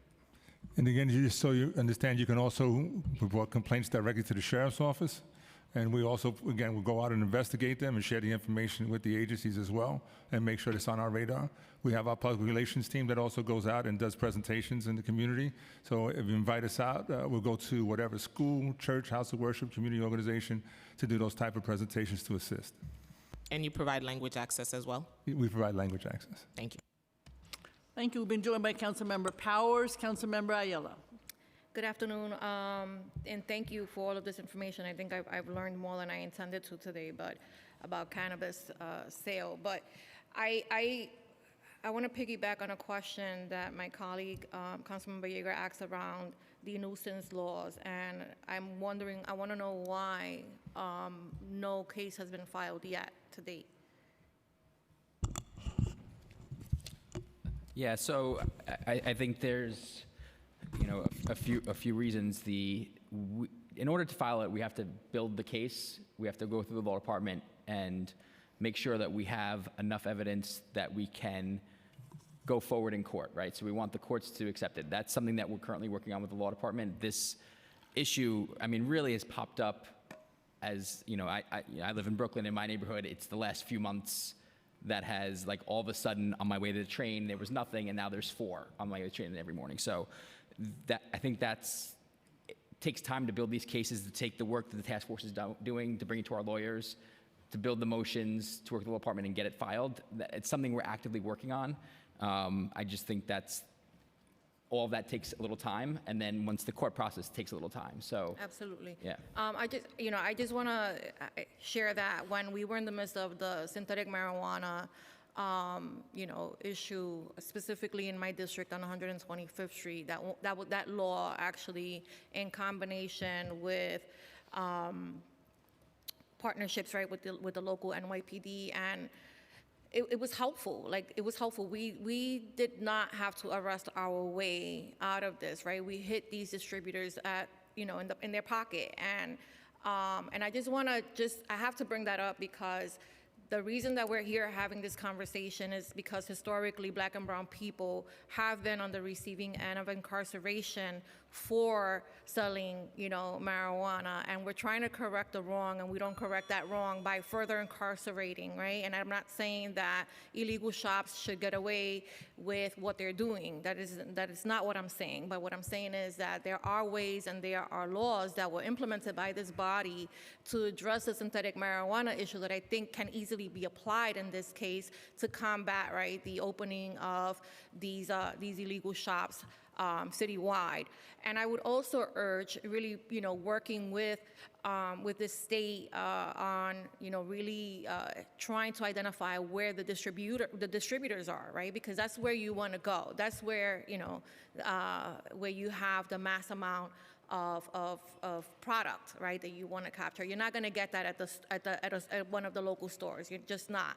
But I really think that there's a missed opportunity to not utilize the nuisance abatement law in this way. And I would urge that, more serious consideration be given to that. Thank you. Thank you. Councilmember Powers? Thank you. First of all, I want to just commend Councilmember Brewer, who's been doing a great job on this issue, and I think highlighting some of the issues that I'm hearing from my constituents as well when it comes to the rampant proliferation of these new stores. I mean, every block in my district now, there's an empty storefront. It is a smoke shop.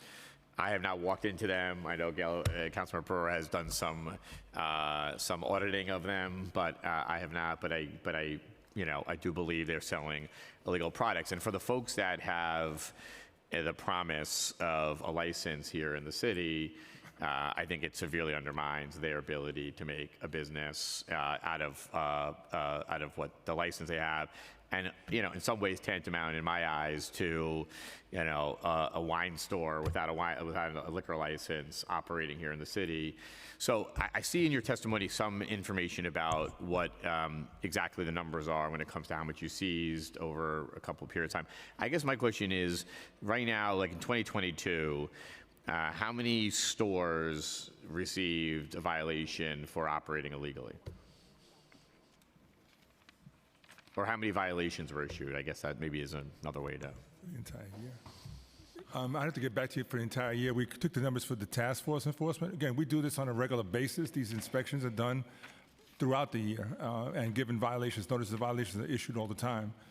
And so do you have a total number? So when the police department went out and did a survey of the smoke shops citywide to see what they're doing administratively in compliance, we issued a total of 327 criminal court summonses, and we issued 192 owed summonses for various administrative infractions within the store, places that we're allowed to walk around with the general public. And what time period was that in?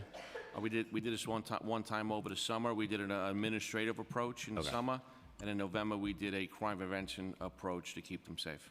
Councilmember, for the category that we enforce that I think most relates to this conversation, we've issued about 5,500 summonses to tobacco retail dealers, and we've issued about close to 2,900 summonses to electronic cigarette retail dealers. And that activity is for a variety of issues. Could be unlicensed activity, could be flavored products. It depends. Those are licensed by the Department of Consumer Worker Protection, but are breaking the law in some other fashion or violating? No, I would say those summonses span both licensed and unlicensed businesses that are conducting an activity that would be covered by a TRD or an ECRD license. Okay, just two questions and I'll hand it back over to you. What are the violations that you are seeing? I'm sorry if you answered this, I was chairing another hearing. What are the most common violations that you're seeing right now and you're issuing violations for? And then I guess for like the public, including those who are in this industry or getting into this industry and the people that call my office that are complaining about them because they're next to a school or a bakery opened and they're afraid their kids are walking in and walk in there, things like that. What does 2023 look like from an enforcement standpoint? What are you able to enforce against, and where would you need the city or state to change something or to give you tools to enforce that you don't currently have? As far as the summonses, a lot of them are signage failure to display licenses, no smoking signs, a lot of administrative signage issues. That's our biggest with the summonses. In terms of enforcement, we have to do a more extensive, better job with our district attorneys when we want to do enforcement in terms of people selling illegal narcotics from these stores. So that's something we can definitely do better at. I think that the benefit of the task force that the sheriff's office has convened is that we've been able to bring together multiple authorities across many agencies to issue summonses and to clamp down on illegal activity as needed. I think I know the task force will continue to do that. DCWP is also willing to coordinate as well and continue to support that. And I believe the administration also will look into what measures we can implement at the city or state level to tackle this issue. I very much feel that we have done. I would commend my colleagues as well for the great work we've done to cover the gap that's existed in enforcement. But definitely for 2023, we want to make sure that the work goes on. I appreciate the work you guys are doing. I don't want to say anything to contrary to that. They are popping up everywhere, so it's clear that they're believing that there's either a legal market that is a legal appearing market is allowed, or there's eventually going to be a legal market that's going to inherently exist because there's not enforcement, or eventually we're just going to license them sort of equal to the other ones, it feels like. So I think you can see the council certainly wants to assist with any efforts and at least create some better certainty about what life is going to be like here in an evolving moment. So, council members, in additional response, can let you know that the task force is continuing. Our operations are increasing. We are doubling, if not going to be tripling, the enforcement that we have and the compliance aspect of it.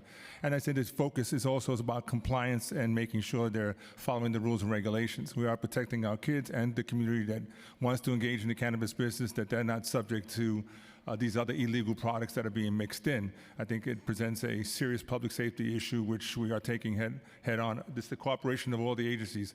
I know, again, I want to stress this, it is through the cooperative effort of all the agencies that we're able to have the best effective response, and we're getting the most results from. So the community, as they have concerns and they express them to you, please let them know 311 is an option, NYPD is an option, DCW is an option, and the Sheriff's Department is an option to call, especially if they're by these schools and locations and sensitive locations. Please let us know so we can take the appropriate enforcement activity. Councilmember Williams. Hello. So in our report, it kind of talks about how it's impossible to know how many shops are actually selling illegal tobacco and or marijuana. Is there an effort, I guess, whether it's DWCP or in the sheriff's office, to actually collect data to substantiate the breadth of the issue? We are collecting data every time we do an inspection, whether it's independently done by the individual agencies or collectively through the task force. So we are in the process of collecting that data. So you do regular inspections of all the different shops, or only if like someone reports something you go out, or is it just a regular? So we obviously focus on the reports of the illegal locations, but we do regular inspections. So it's good to report that we have gone into locations and inspected them. They have passed their inspection process. So those are people who are in full compliance with the laws and the licenses that they need, and they aren't found in violation. So we do have some positive results in that respect. So in addition to our regular duties of going out and doing the other types of inspections, we are focusing also on the ones that have been highlighted and identified as engaged in illegal activity. So within the task force, I guess I'm trying to understand if there's a targeted effort to collect data versus through the process of regular inspections, or if someone files a complaint, like, is there a specific targeted effort to say, well, how many of these shops actually exist? Or is it just in the course of business that you're collecting the data? Now, again, so some of the background. When we get a location, we do research on locations, not just going out. We do personal observations. We also do backgrounds on the locations to see who's licensed, what kind of licenses they have, who the owners are. The other extra efforts through the Department of Finance, we get to look and see if they filed the taxes appropriately and other additional information so they can continue ongoing investigations. So it is information that is collected regularly and documented regularly, and we are doing that. Okay, thank you. Thank you. We're going to have a few other questions. Councilmember Schulman. Thank you. So this is a question for the NYPD. Is there a pattern in terms of the robberies of the illegal shops that you can detect? We've had multiple patterns of multiple persons committing robberies in different boroughs. And like I stated earlier, the conduit is obviously the amount of smoke shops that are in every neighborhood. The use of stolen cars, the use of cars with forged paper plates that we don't see with the numbers, cars that have plate covers so we can't identify the plate. And like I said, there's been about 200 people that have been involved in a pattern. A pattern by definition to us is someone or some persons committing more than two of one crime. So it's been a major issue, especially for the second part of this year. Can you provide not right this second, but can you provide the council members with areas where you think it would be helpful to have surveillance cameras or extra ones that we can assist with? I can give you areas, but around our bridges would be the best locations because we do see the exit and entrance to boroughs by the specific bridges. So I mentioned the RFK between the northern part of Queens to the Bronx has been big for us. And we've made quite a few apprehensions by utilizing staffing and more cars and our aviation units to make significant arrests in some of these robbery patterns. If you could provide a list to the committee of just like that, of where you think it would be helpful, then we can follow up with that and also disperse that to the individual members that represent those particular areas. Sure. All right, thank you. Thank you. Councilmember Velasquez. Just very quickly, DCWP, you mentioned earlier the different type of licenses that the licensed smoke shops were. You gave the abbreviations. Can you clarify what those licenses are and how, as a consumer, could make sure that I'm actually having licensed goods from a licensed retailer? Thank you for the question, council member. So if you're a business that is selling tobacco products, you're required to have a tobacco retail dealer license. And if you're a business that's selling electronic cigarette devices, you're required to have an electronic cigarette retail dealer license. Now, if you're a consumer, you go into a store, you typically above the cash register or within plain sight, it's supposed to be a very big sign like this that will say TRD or ECRD, and it's issued by DCWP. More acronyms, I'm sorry. But it should be plain in sight, and if it's not in sight, that could be a violation for the business because it's important for consumers to know that they're entering a legal business. And so do you have a number of each of those licenses throughout the city? And additionally, if I am a consumer and I don't see that, where do I call? Or how do I communicate that?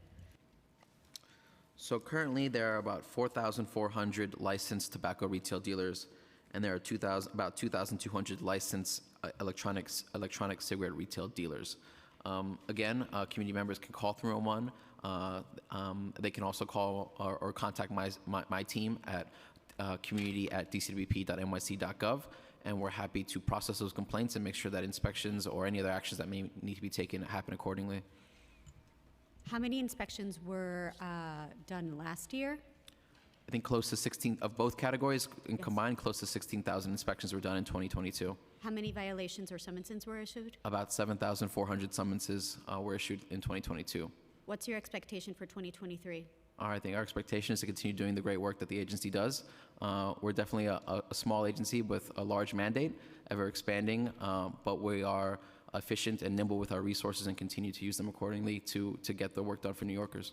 Speaking about resources, what kinds of resources can the council provide to actually improve that and expedite inspections? Well, certainly, I think with more resources, that could always lead to us being able to do more. We continue to advocate with the administration, with OMB, to make sure that we're funded accordingly, and we've had good support from them on that particular issue. Thank you. Councilmember Feliz and Councilmember Ariola. Thank you. A few more questions. How much are the fines for selling unlicensed products without a license? Let's say cannabis. Again, these fines will vary because it's determined by the oath judge. So they will determine the penalty that's imposed, and maybe based on how many infractions they received or how many additional violations. So we wouldn't determine that ahead of time. Is there a minimum or maximum based on current law? Just under the penal law, the fine for an unlawful sale of cannabis is not more than $250.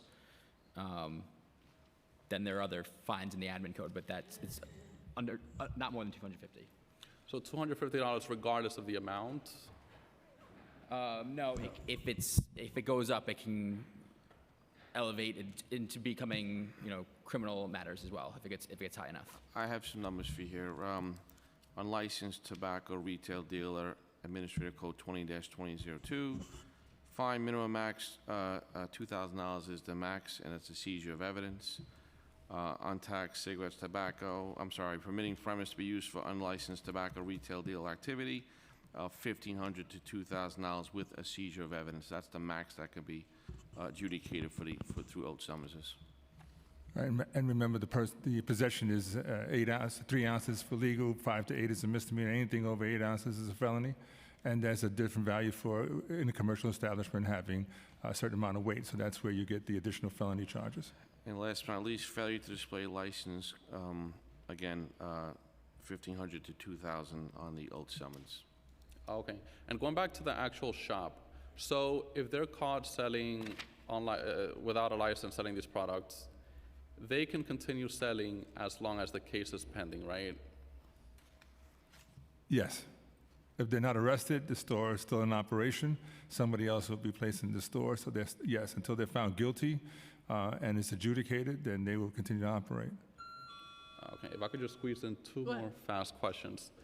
So they could get caught every single day for a year, and if the case is pending for a year, they could continue selling these products. Every person is entitled to that due process of being found guilty or not, and so the corrective action is taken at the appropriate time. Okay. Let me just add one piece to that from DCWP's perspective, and I want to be very clear about the type of products we're discussing. Products in terms of tobacco products or electronic cigarette devices, I mean, those if you're caught operating unlicensed, you will get, in the case of tobacco, you'll get a $2,000 penalty. But then you have a $100 per day penalty for assumed unlicensed activity it could happen until your oath hearing. So it's not necessarily that you're going off unpenalized for the entire time that you're operating unlicensed. I think that's an important thing to mention. Again, though, I think the sheriff's raising good points here. These violations do have to be adjudicated by a judge. There's a right to due process for these businesses it's a process that we all have to go through. And so, subsequent to that adjudication, we can go out there again and we can issue more summonses and make sure that businesses are being held responsible. And in the case of unlicensed activity, they'll have daily penalties with respect to tobacco retail dealers and electronic cigarette retail dealers. Okay, and let's say that the smoke shop is closed for selling without a license. What happens next? Can they open one right next door, let's say, or just reopen? So they're not allowed to do whatever, right? But can they get a lease and start acting illegally right next door? Sure, right? Like, they can find a new lease. I mean, getting commercial leases I don't think is cheap. But they could theoretically go across the street and find an empty storefront and open up again illegally, right? It's the point that they're operating illegally. And the other point to make for everybody who's listening is that we will go back and re-inspect your locations, and we will seize it Monday, Tuesday, Wednesday, Thursday, every day of the week that we go back. If we find illegal product, we're going to seize it, and you're going to get the appropriate summonses and fines. Thank you. Councilmember Ariola. Thank you for the chance of a second round. So we're hearing a lot of high numbers here with smoke shops that are open, smoke shops that were were closed, smoke shops that are popping up daily, 951 311 calls. So this is actually for DOH, and this is a message just to bring back to the commissioner, that these numbers seem insurmountable for this task force to really get a handle on. They're doing a great job with what they have, but perhaps he should really think about lifting the mandate for city employees like he did for the private sector, so that more ranks can be put back to work and apply and come to work, so that the task force can get a handle on this issue more equitably. Because right now, the bad guys are ahead of us, and we're playing catch up. So that message, if you could bring it back, I'd certainly appreciate it. Thank you, Councilmember. I just want to reiterate, our agency's role, again, is around education, information, and we are incredibly committed to this issue, and we also commend the work of our agency partners in this area. Thank you. Also for the health department, do you inspect consumption lounges that also sell food, such as Stone Pizza in the East Village? What types of enforcement would the health department take against a restaurant found to be putting cannabis in the food without a license? That is happening. I'm going to have to follow up with you on that, Councilmember. All right. And then the other question is, community board members have asked me if the owners of the buildings in which these smoke shops are located, do they have any responsibility? Obviously, that's a question that I get often. They are renting when there's a vacancy, and they're seeing money, and they are taking advantage of it. Is there any repercussions for the owners of the buildings? So as has been done in the past, Department of Finance is issuing notices, and the Sheriff's Office is issuing notices to the owners and landlords that we found an illegal business being conducted in their establishment, kind of giving them that warning. I believe most rental clauses have a protection about if somebody's engaged in illegal activity, they can break that lease. So we are putting them on notice, and then legally we'll figure out how to follow up with them if they fail to take corrective action. Okay, so at this point, you have been telling some of these owners that they are renting to an illegal operator, or do we have to wait until it's decided by the judge? No, once we are in the process of finalizing an updated letter now with our legal bureau, and we're going to start issuing that this week. The notice will put the landlords on notice that the person engaged who rented their shop was engaged in illegal activity. Okay, that will be helpful. And then also, again, waiting on the state to a certain extent. But there are so many of these operators, and they, I assume, want to, down the line, get a legal license. I don't know. I don't know what the game plan is. But my question is, do you know if that would be possible down the line? Is it the second or third round? Is there any knowledge as to how that's going to work, if at all? In other words, to me, if you have been operating illegally, I don't know if you should get a license to operate legally. But is this kind of on the agenda, or that hasn't come up yet? That would be the Office of Cannabis Management that will make that determination, but I know that they are receiving the same information of the investigations that are being done, and they will be taking into consideration any of the past infractions that they've been found guilty of. Okay. The other thing, as you know, from our office, particularly the Investigations Committee, we did send questions to the administration on December 23rd, so we're waiting to get an answer. Does anybody know if that answer is forthcoming? You want to answer it? Like I said, we did receive the questions due to the holidays that happened. There's been a little delay, but we are collectively working on the responses because it involves several different agencies. And so we're in the process of finalizing that and getting that to you. Councilmember Bottcher. When there are reports of young people, minors, students being sickened from products that might have come from these smoke shops, do those reports make their way to you? I believe the answer is yes to the police department and yes to the sheriff's department. And so we have collectively taken action on a few locations that have been identified or in relations to some of these cases. And we immediately took some corrective action to identify the location and if they in fact had the illegal products.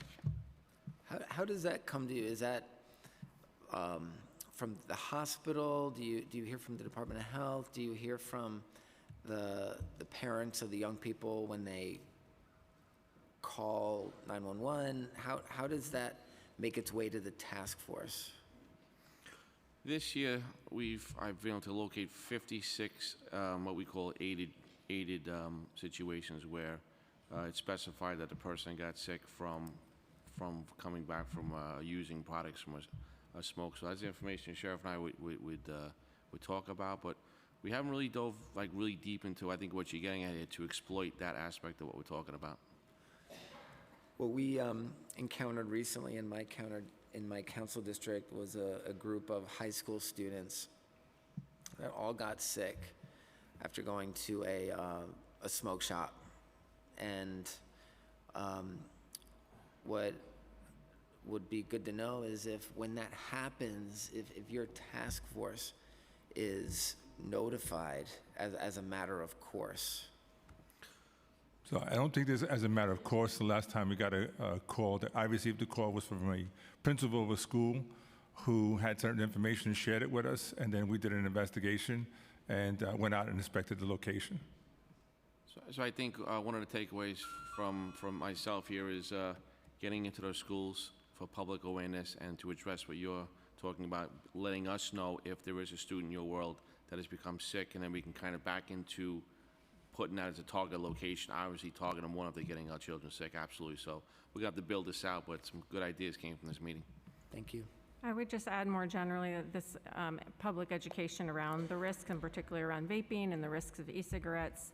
Lung injury obviously was a huge emergency that caused deaths within New York City, and is something we continue to monitor. So we do have lots of information. I've worked with local partners, DOE, and pediatricians' offices to make sure that people and particularly youth are aware of those risks. So I think it's a really important topic, and also that people who are sick, that can also be called into poison control. I think, and as a follow-up visit, we'll probably work on a collective document with contact numbers to share with the principals and the PTAs. So if they run into this, they can immediately know who to contact and to share the information with. Just one more question also for Health Department. Do you know of any of these consumption lounges? Have you been involved at all? Councilmember Brewer, I'm going to have to follow up with you on that. Okay, I just want to let you know they seem to be quite alive and well.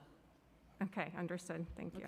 So I do want to thank this panel. I want to reiterate that we support, obviously, the state in terms of what they're doing, the MRTA. We don't support prohibition or criminal charges, but we know that the city cannot give out cannabis retail licenses. What we can do is what you've been doing is the enforcement that protects the legal store. At this point, there's only one, and protects New Yorkers and brings in revenue. So this is a very complicated issue. I think you're doing the best you can. We look forward to working with you. We look forward to making sure that 311 is more streamlined, because when you call, it's not as clear as you think in terms of getting the information across. So we have to make that more streamlined. And there's a whole other list that we will not bother you with today, but we thank you for your testimony, and we look forward to the next panel. Thank you. Councilman Brewer, thank you very much for inviting us. And I just want to take a moment to say that the Sheriff's Department filing for the Sheriff's examination is until the 24th of this month to be able to file, the first time the exam's been given in 7 years. So we want to encourage everybody out there to please file to take the Sheriff's test. And the deadline is January 24th. So we thank you very much, and all the other council members, for giving us the opportunity to talk to you today. Thank you. 45 vacancies. Let's fill them. Thank you. Thank you. Thank you.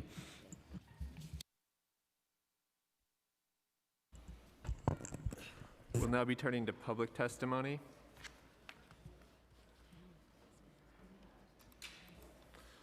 Our first panel will be an in-person panel that will include Yusuf Mubarez, Amir Abu Zaid, Paula Collins, and Tashim Montgomery. Please come up to the table.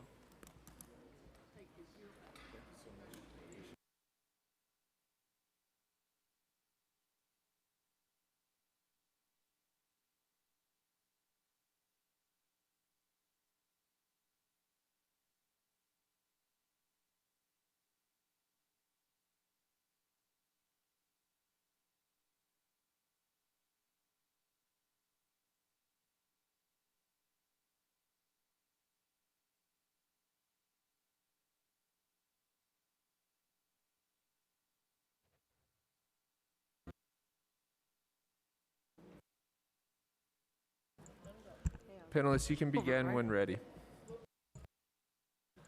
Please just state your name before you start. Go right ahead. Yep, thank you. Quiet, please, in the audience.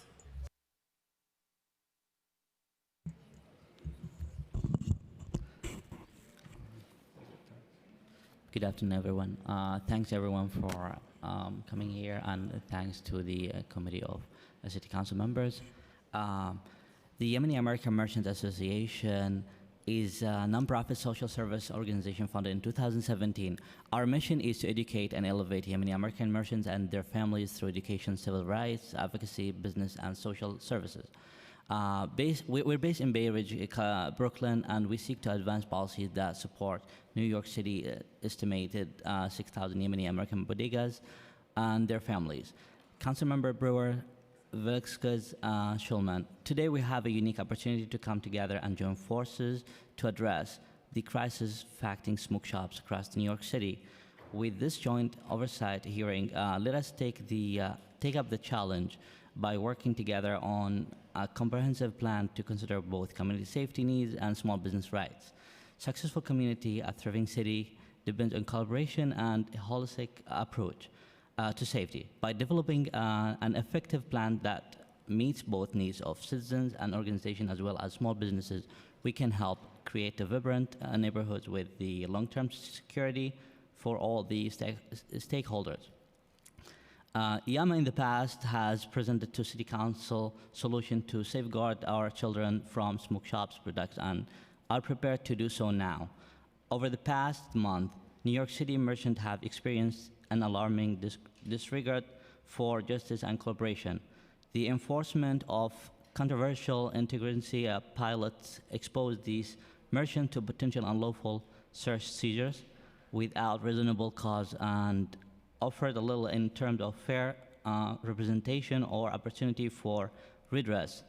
We must ensure our fellow merchants access the rightful due process instead of facing serious repercussions and fines while attempting to make legitimate business operation. This can be achieved through consideration from both sides and cooperation between government agencies. Our merchants face complex reality, fearful, punitive measures against immigrants to run businesses. Start to wrap up if you don't mind. Start to wrap up. All right. So we urge the member of the committee, City Council, city agencies, NYPD, and Sheriff to exercise their responsibility with fairness and consideration for small businesses. YAMA requests that members of City Council reviews the 53 locations throughout the 5 boroughs that were targeted by the interagency task force and reconsider penalties issued for our merchants as a result of due process.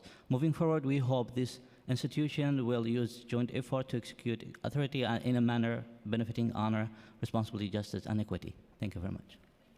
Thank you. Go ahead, sir. Hi, everyone. Thank you, council members. My name is Yusuf Mubaraz. I'm also a member of the Yemeni American Merchants Association.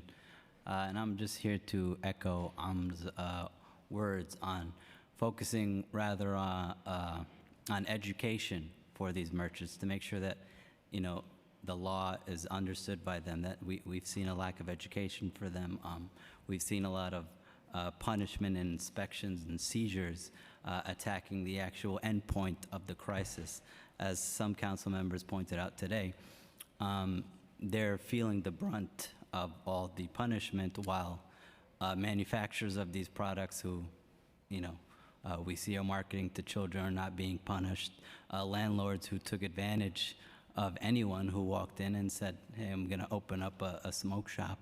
Can I lease from you? And then they just happily opened it up. So we understand they're being punished, but the amount of money that these immigrants are losing because they're unaware of what's going on, they're not properly educated on how to get a license, right? I see the sheriff mentioned that they, after seizing their product and raiding their store, then they educate them. I'm not sure to what extent they educate them on how to try to get a license. So we also ask that as Yemeni Americans, we're taken into consideration as a community who, survived through the pandemic, who stayed open 24/7. We tend to be the last in line as small business immigrant owners when it comes to these new regulations like the cannabis law. So more education for us and understanding, our side of the story and where it's coming from and why we're doing this, why we're opening up smoke shops. I mean, and want to be licensed and legal. Thank you very much. I know the licensing is going to be done by the state and not the city, but I think we could do a much better job of information. But it is a state issue, just so you know. Go ahead, sir. Thank you.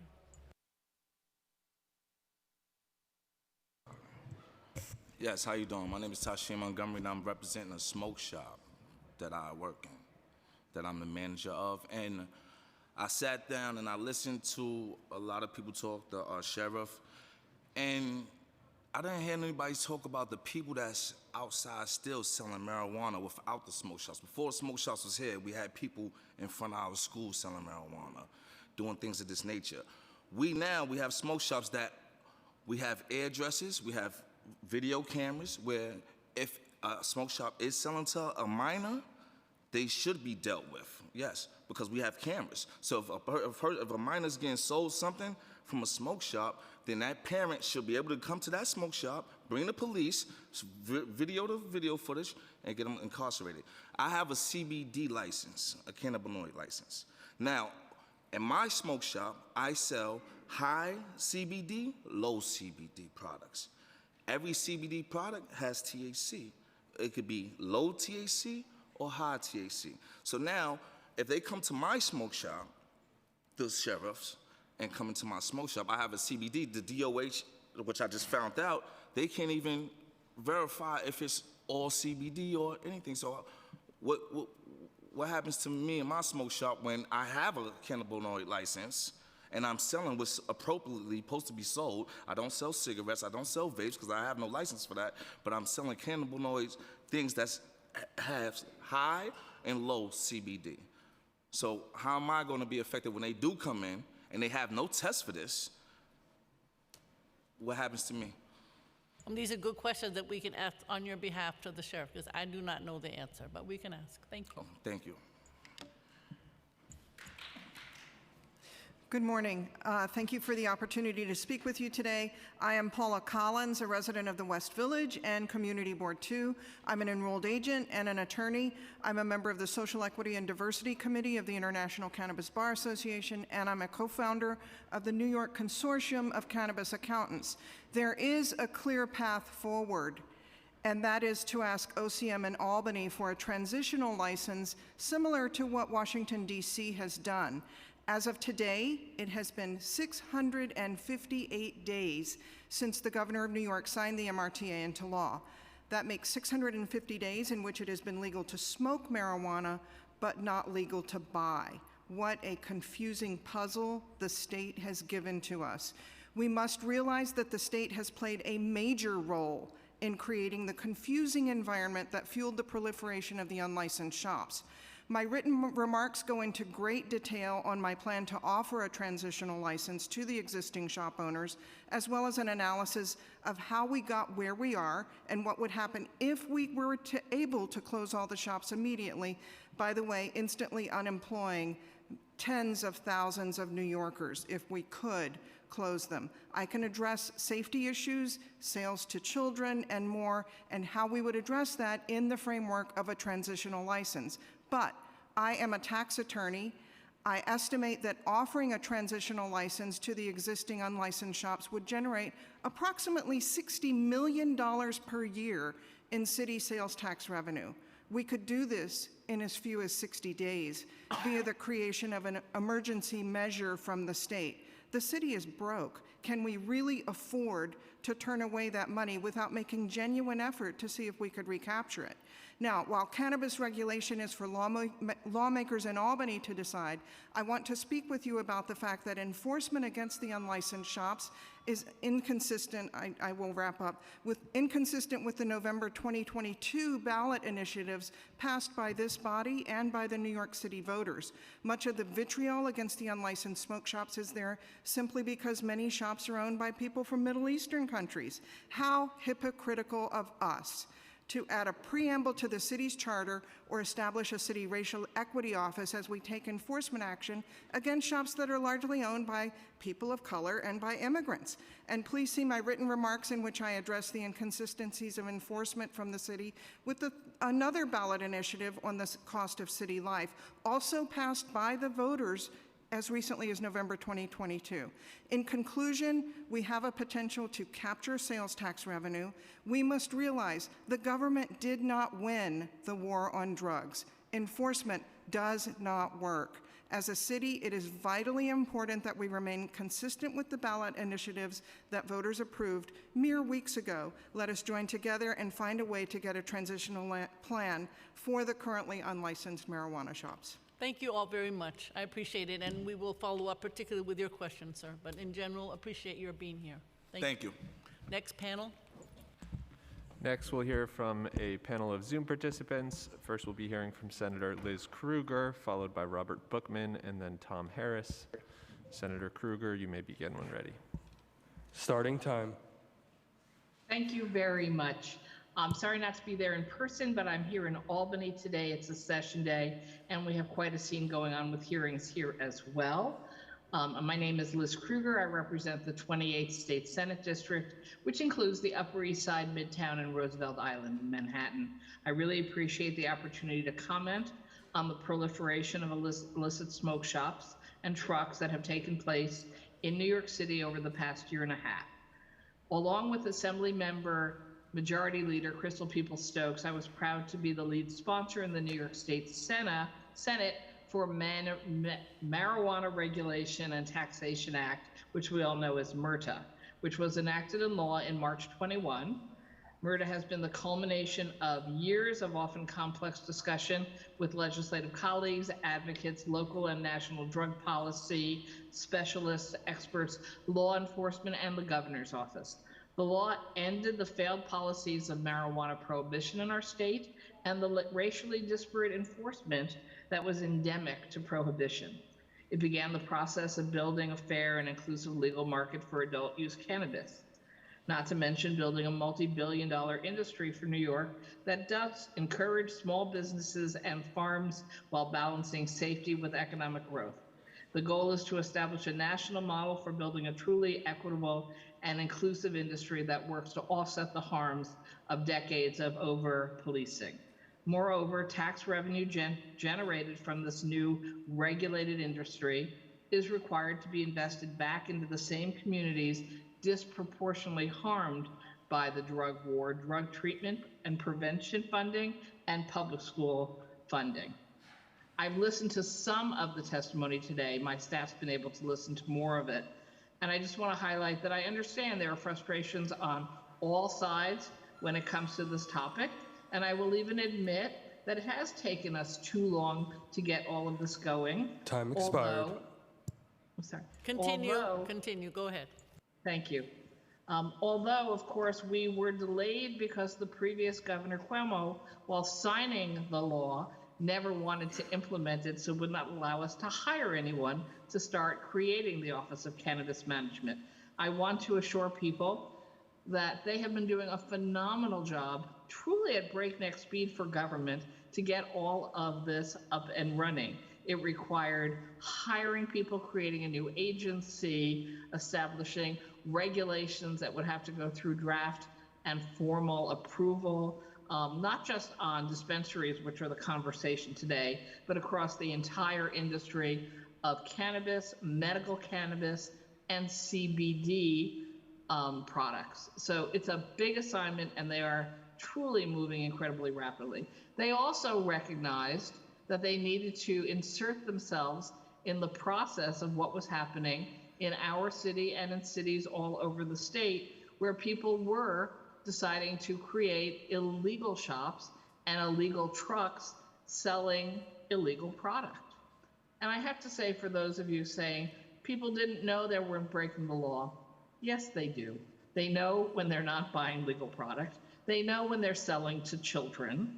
They know when they're selling candy advertisements for cannabis products, that none of this is allowed in the law of New York State. So while I can understand people's frustration that it may be taking longer than they wanted to apply for and be approved for a dispensary license, they're busy breaking a whole series of our laws.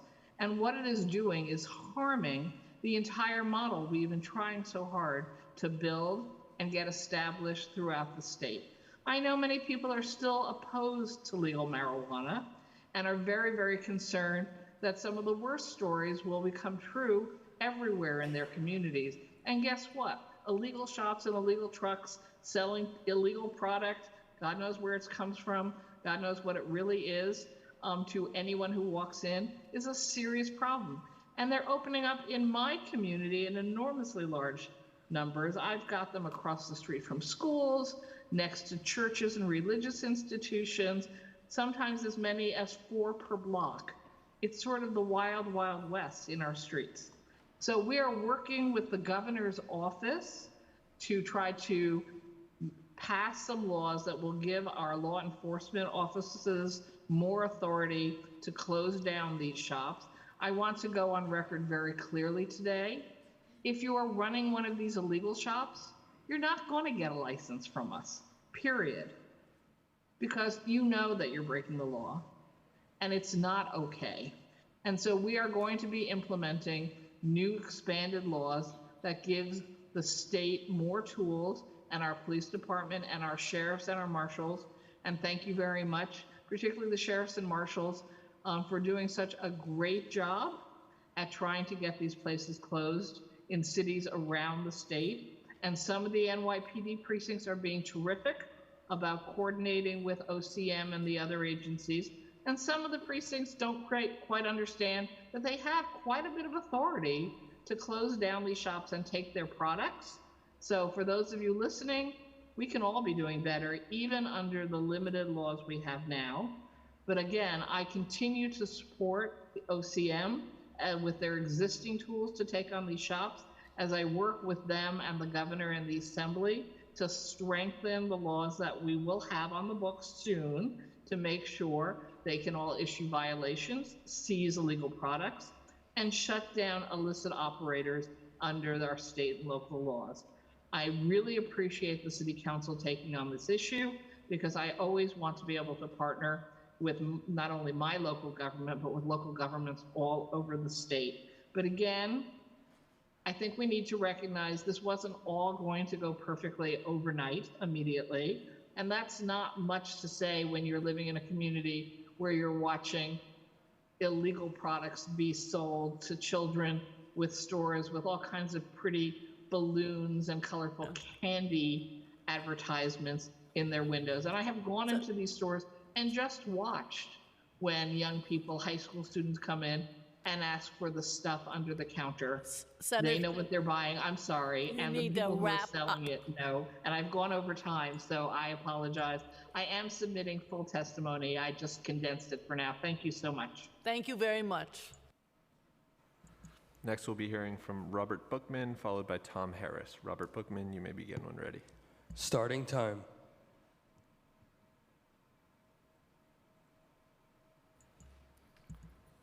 Can you hear me now? We can hear you. Thank you. My name is Robert Bookman. I'm an attorney. Many of you know me as founder and counsel to the New York City Hospitality Alliance, the trade association that represents thousands of restaurants and bars in the city, but I am also a founding partner of a law firm that specializes in alcohol regulation in the state of New York.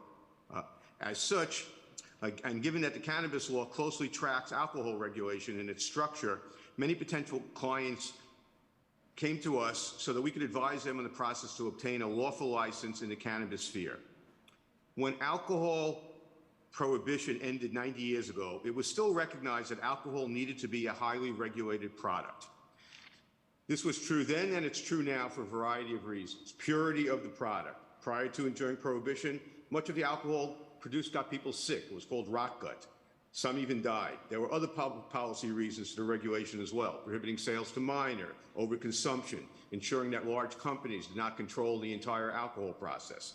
So a highly regulated license system was developed, and in varying forms, it's still in place today throughout the country. No one can open a liquor store in the state of New York without a license. If they did, they would be immediately shut down. Same is true for a bar opening without a license. They wouldn't be allowed to operate for 24 hours. Cannabis, like alcohol and tobacco, is either a regulated product or it's not. It should be regulated, and it's good public policy. But to be successful, there must be rigorous enforcement. When I was counsel at the New York City Department of Consumer Affairs in the early 1980s, I helped draft a law that the council passed that became known as the padlock law. If you operated a business that required a license without one, you received an administrative summons and an opportunity to be heard, and if found guilty of operating without a license, you were given an opportunity to cure. If you did not stop the unlicensed activity, we came with police and enforcement agents and padlocked the business. That whole process took less than 30 days. We need a padlock law for cannabis stores. I already have clients who are who are already having second thoughts about applying for a lawful license.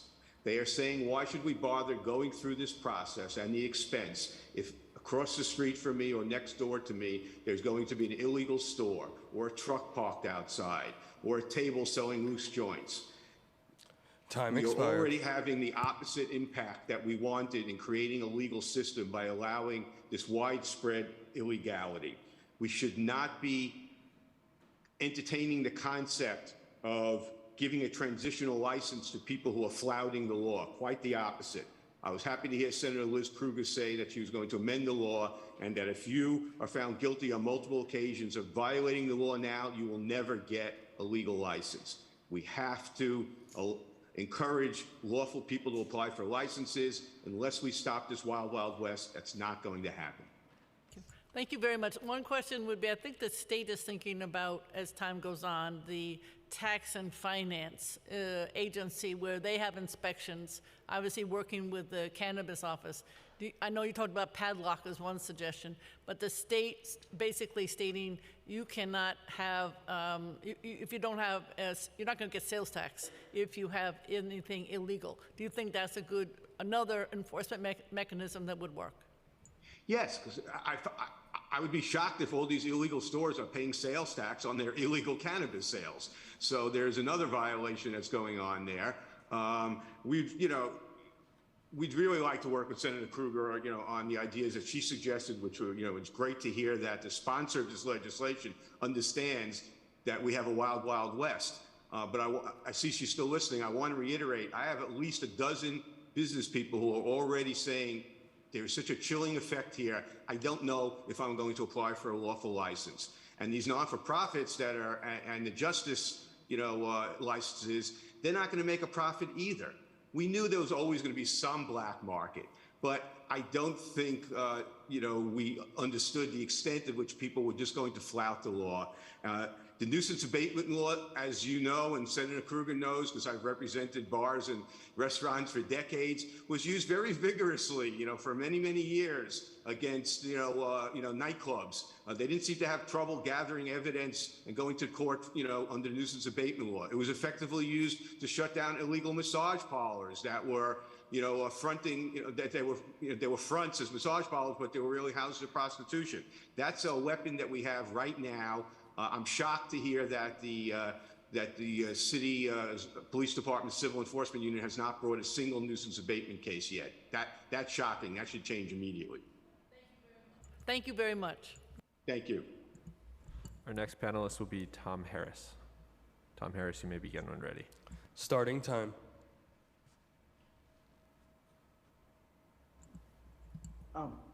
Good afternoon, Chairperson Brewer, Schulman, Velasquez, and members of the Committees on Health, Oversight and Investigations, and Consumer and Worker Protections. Thank you for your attention to the proliferation of illegal smoke shops. I'm encouraged that the Council is focused on enforcement for these illegal activities. My name is Tom Harris. I'm the president of the Times Square Alliance, the business improvement district that exists to make Times Square clean, safe, and desirable for all. I would also like to echo appreciation for the efforts of Sheriff Miranda, Chief Chell, and the members of the task force who have helped with the proliferation of illegal weed trucks and the illegal smoke shops. Over the summer, Times Square was home to 24 illegal weed trucks. Thanks to their efforts, a sighting in Times Square is now a rarity. We need the same focused effort for the illegal smoke shops. Last year, we had 0 smoke shops. In November, we had 3. Today, we have 7. These storefronts create enforcement challenges for our already congested district. We accept the legalization of marijuana. We proactively met with OCM to discuss storefront criteria and how the Alliance can help. Many unlicensed smoke shops fill vacant storefronts that could otherwise be leased to legal dispensary applicants, undermining the legislation's goals of creating a sales structure grounded in equity. If the illegal smoke shops are allowed to operate, legal dispensaries will not be able to compete and will fail. We ask that the council support the enforcement capabilities of the NYPD and the sheriff and enable local law enforcement to seize illegal products sold at these storefronts. We further support a state effort to expand enforcement powers to the city, enabling the NYPD to seize illegal cannabis sold at unlicensed storefronts. As unlicensed smoke shops continue to proliferate, enforcement will become even more challenging. Times Square is ready, willing, and able to work with both the city and state to address the illegal smoke shops. Just let us know how we can help. Thank you for your time and consideration. Thank you very much for your ongoing support of everything good. Thank you, Mr. Harris. Thank you. The next panel will be from Parents Against Vaping, Dorian Furman, Chloe Marie Mora, Deepa Prasad, and Cynthia Stremba. If there's anyone else from your organization, you can bring them up as well.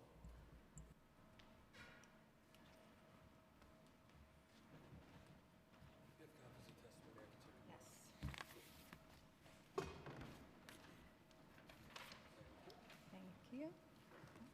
Go ahead. Go ahead, Deep. Here? Yep.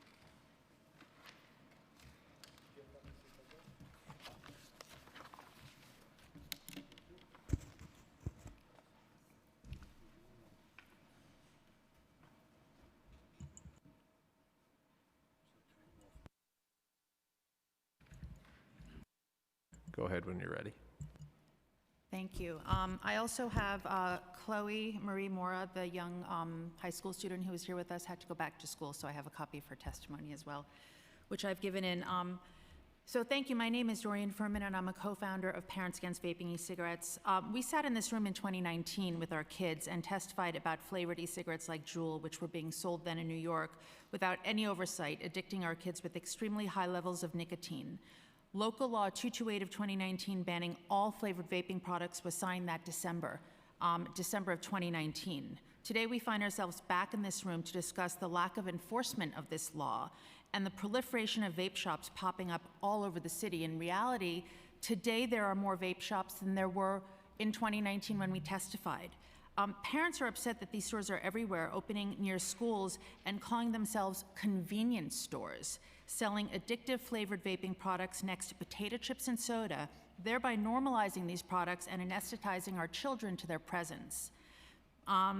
You know, parents report these bad actors and nothing is happening. They remain open year after year. My own son at age 15 was buying e-cigarettes from a store down the street from us, and I reported it endlessly. It's still open today.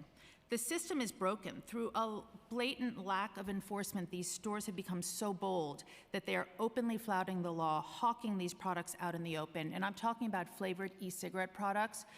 All vaping products are illegal under this law. E-cigarettes containing nicotine, THC, and even the vitamin and melatonin vapes. You know, what we've learned, and some of it today, is that stores will get violations for every illegal product. However, often the inspectors from DCWP will not have the time to report every product. So they'll report one or two and move on to the next store. Even if they do report them all, resulting in fines of $50,000 or $100,000, these stores gladly pay them because they are raking in so much cash, it's a drop in the bucket for them. And then if a store can't pay the fines, they sell or transfer ownership to another person, and the store remains open, the violation disappears. A store can only be reported once every few months because it takes that long for the store to be inspected.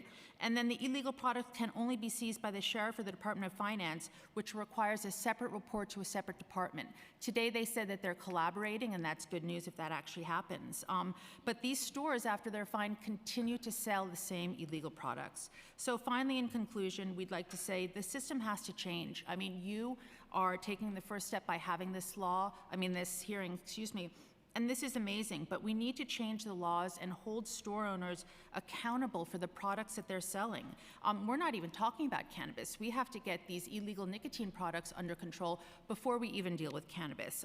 These products need to be immediately seized. After 2 or 3 strikes, a store should be shuttered. There's no other way to protect our kids from these predatory retailers. So Thank you very for your much. Thank you time. for making the effort to be here, too. Thank you. Good afternoon. My name is Deepa Prasad. I live in Forest Hills, Queens. I'm speaking today as a staff member of Parents Against Vaping E-Cigarettes, but also as a concerned parent and community member. I am really dismayed by the number of smoke and vape shops that have opened up in my neighborhood and across the city where dangerous flavored products are sold despite their illegality. These products increase the vulnerability of our youth and communities to a multitude of health risks, a lifetime of addiction, and a number of safety issues. And I've spent the better part of the last 20 years working on tobacco control in New York City. Strong policies to protect New Yorkers from the harms of tobacco resulted in really promising declines in youth tobacco use until e-cigarettes appeared on the market. Countless brands with thousands of flavors emerged quickly with colorful packaging and candy and fruit flavors that appealed to kids. And a large percentage of teens began experimenting and then eventually became addicted to these products. My PAVE colleagues fought hard to help enact Local Law 228 of 2019, which made flavored vaping products illegal for sale in New York City. Yet here we are 3 years later, and these products are still being peddled in unlicensed shops all over the city. And as was mentioned earlier, New York City has in place a cap on the number of tobacco and e-cigarette licenses. So according to New York City Open data, as of September, only a small handful of neighborhoods had tobacco licenses available and none had e-cigarette licenses available. So this means that most new stores selling tobacco products and any new stores selling vaping products are doing so illegally. So New York City must improve the mechanisms for enforcement of these problems, of these e-cigarette laws and tobacco laws, as they're clearly ineffective. We can't allow these unlicensed stores to undermine the progress that we should have made and could be making in reducing youth access to vaping and tobacco products. Thank you. Thank you very much. Hi, my name is Cynthia Stremba. I'm a parent and the Director of Volunteers for Parents Against Vaping E-Cigarettes, where every day we hear from parents asking for help because their kids are addicted to nicotine.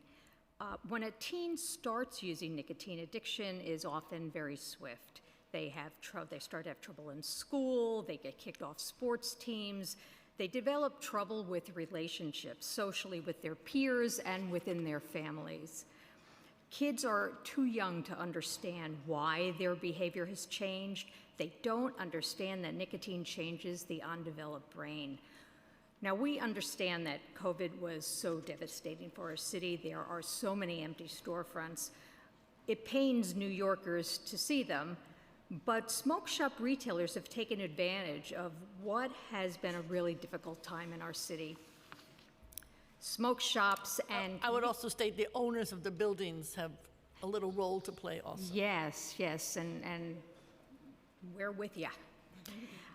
Smoke shops and convenience stores reinforce the manufacturer's techniques of using cartoon characters and candy-like packaging to attract children via store windows and at the point of sale. In convenience stores, kids actually have to walk past displays of vape products in order to get to soda and snack foods.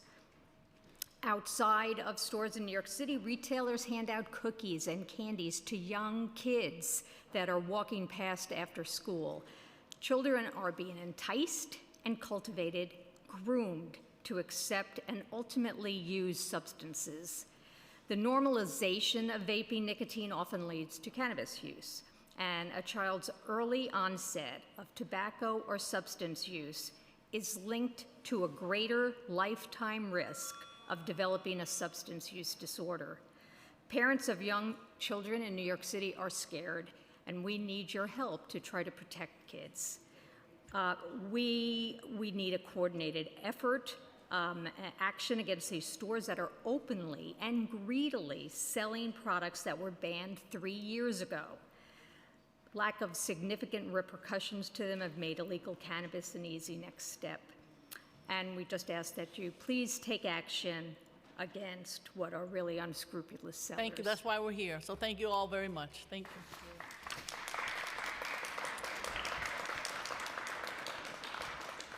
Our next panel will include Michael Zaitsev, John Doran, Pilar de Jesus, and Jeffrey Garcia. You can come up to the table now.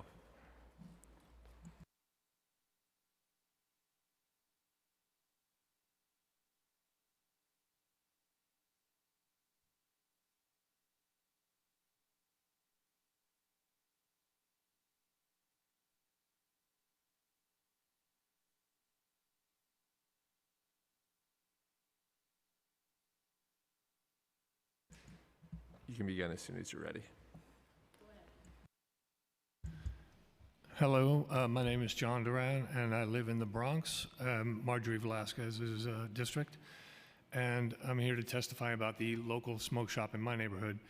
It was a Ricky and Morty franchise, I believe, and it recently changed to Evil Ghost, a lovely name. Let's see, when it was Ricky and Morty, my son went in and purchased $45. He got an eighth of an ounce. He told me about it. We have a very open relationship. He threw off that friend group, thankfully, and, you know, I went in subsequently and inquired about, you know, carding and gifting and the ways that marijuana gets into the hands of people like my son. Then the other day, I was walking up White Plains Road, and there's a table set up directly across from Evil Ghost. So you really walk a gauntlet past these guys that are selling weed on the street. And this guy named Cowboy ushered me over. Me and my son waved us over to his table. And I took some pictures of his wares, and they include, obviously, candy-labeled goods. Candy donuts was a standout.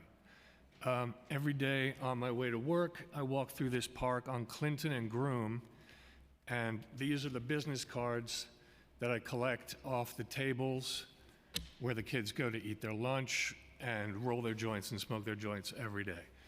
I spoke to a school safety officer, and I asked her what her experience is with this, and she says once these kids get into smoking marijuana, you don't see them coming to school, they don't return from lunch, you know, they're not gonna finish high school. The tax base from that is gonna decline. Let me see. I hate to hurt the feelings of the Yemeni gentlemen that were up here earlier. I live just north of Little Yemen in the Bronx, but I just Googled. It turns out that marijuana is haram, so you may be ignorant of the laws of New York State as a Yemeni immigrant, but as a member of Islam, you would probably know that marijuana use is haram, and any sale or distribution, storage, transport of marijuana or other cannabis is also haram. I think that's about it for me today, and I just wanted to thank the committee for having this important meeting, and I appreciate it. Thank you very much. Hello, my name is Michael Zaitsev. I'm the author of the Cannabis Business Book, academic director of New York State's first bachelor's and master's degree programs in the business of cannabis, and founder of High NY, one of the city's largest cannabis community organizations. I'm here today to speak out against the proliferation of illicit smoke shops in our city. These establishments ignore the law and sell untaxed, untested, and potentially dangerous products to our residents and our tourists, endangering not only their health, but also the health of our city. These smoke shops pose an existential threat to conditional adult use retail dispensaries and to the entire legal cannabis economy in New York. We cannot turn a blind eye to the potential dangers these shops pose. However, I don't believe that most people running these small businesses are doing so with the intention to cause harm. And so I ask that you extend to them your compassion. Many of these shops are being operated by people who are brand new to the business of cannabis. They're simply taking advantage of an opportunity to make money during a difficult economic climate. How do we incentivize them to participate in the regulated legal market instead?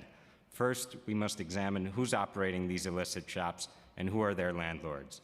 Who's shopping at these stores and who's losing their livelihood because of these stores' existence? What does fair enforcement look like when just about every bodega in the city is selling illicit cannabis? We cannot repeat the mistakes of our past. New York City has historically been the cannabis arrest capital of the world. As we enact legalization, we must never forget the harm caused by the failed war on drugs, which disproportionately impacted communities of color. Whatever enforcement is implemented, it cannot perpetuate those same racial disparities. I call upon the City Council, the Office of Cannabis Management, Mayor Adams, and Governor Hochul to take measured action regarding these illicit smoke shops. How do we create pathways for them to sell tested products, pay taxes, and be good corporate citizens? Everyone deserves an opportunity to be a productive part of the legal cannabis economy. Together, we can create a safe and fair cannabis market for all New Yorkers. Thank you. Thank you very much.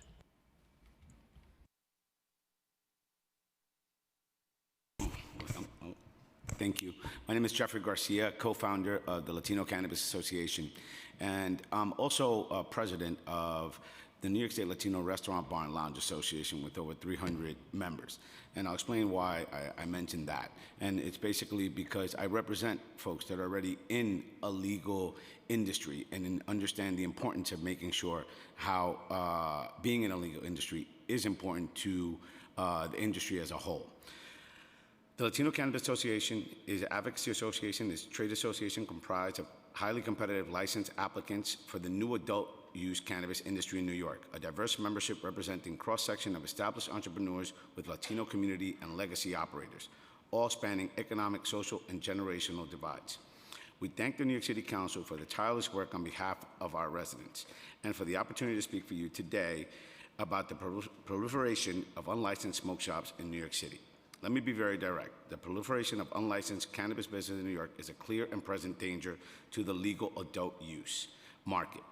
And what we're seeing here in New York City is a weed free-for-all. Cannabis seems to be for sale brazenly everywhere, from retail shops to tables to street corners. Thus, any effort to curtail is negatively impacts what we believe is a worthwhile endeavor. Again, we don't believe that in most cases, people should be arrested, but there needs to be enforcement. There are already numerous examples in other states, most notably California, where the black market has crippled the legal market. Nearly 5 years after voters legalized recreational weed, the vast majority of sales are still underground. This has a tremendous economic impact on operators and investors throughout the supply chain and the state and local government as well, most from tax revenues and added enforcement costs. The impact to our customers are also significant, as product safety and quality cannot be ascertained due to lack of testing. The environment also suffers. In California, for example, where a lot of products currently sold illegally in New York is coming from, it has been reported that many of the state's estimated 50,000 illegal cultivation sites have been found to use banned pesticides that can poison wildlife, water supply, and believed to account for hundreds of millions of gallons of water stolen from farms in neighboring communities each year. We don't want this to happen in New York. As you know, the business of cannabis is highly competitive, intensive, and know-how intensive industry, presenting numerous challenges, particularly for social equity applicants like us. The effective achievement of goals of the new legal market, we must all act together to establish support mechanisms to spur economic growth. And we cannot do that if illegal stores continue to proliferate. The city has already set precedent by having confiscated products and shutting down stores through the newly created task force. However, this recent enforcement push may not be enough to curtail the illegal market impacts, especially with the first regulated store opening and planning to open, and the second one planning to open in the coming months. We have not seen this proliferation in our neighborhoods in states like New Jersey and cities like Boston, where you don't see these illegal shops. And I'll close it off there because I know that my time is up. I mean, my understanding is Boston, Massachusetts, and New Jersey, they're working to their credit with what's known as the larger companies. And to the credit of the city of New York, we're trying to do a different model, which is to have more equity. So just my understanding is that there's a different approach, not to say that we're not going to have problems here, but I think you heard the senator say that also. So. But if that, you know, and I understand you are correct, madam. However, if that was being that, then you would think that that would give people of social equity status even more of a reason to open up these illegal shops. The issue is that they won't in these places because they have fear that the enforcement is real.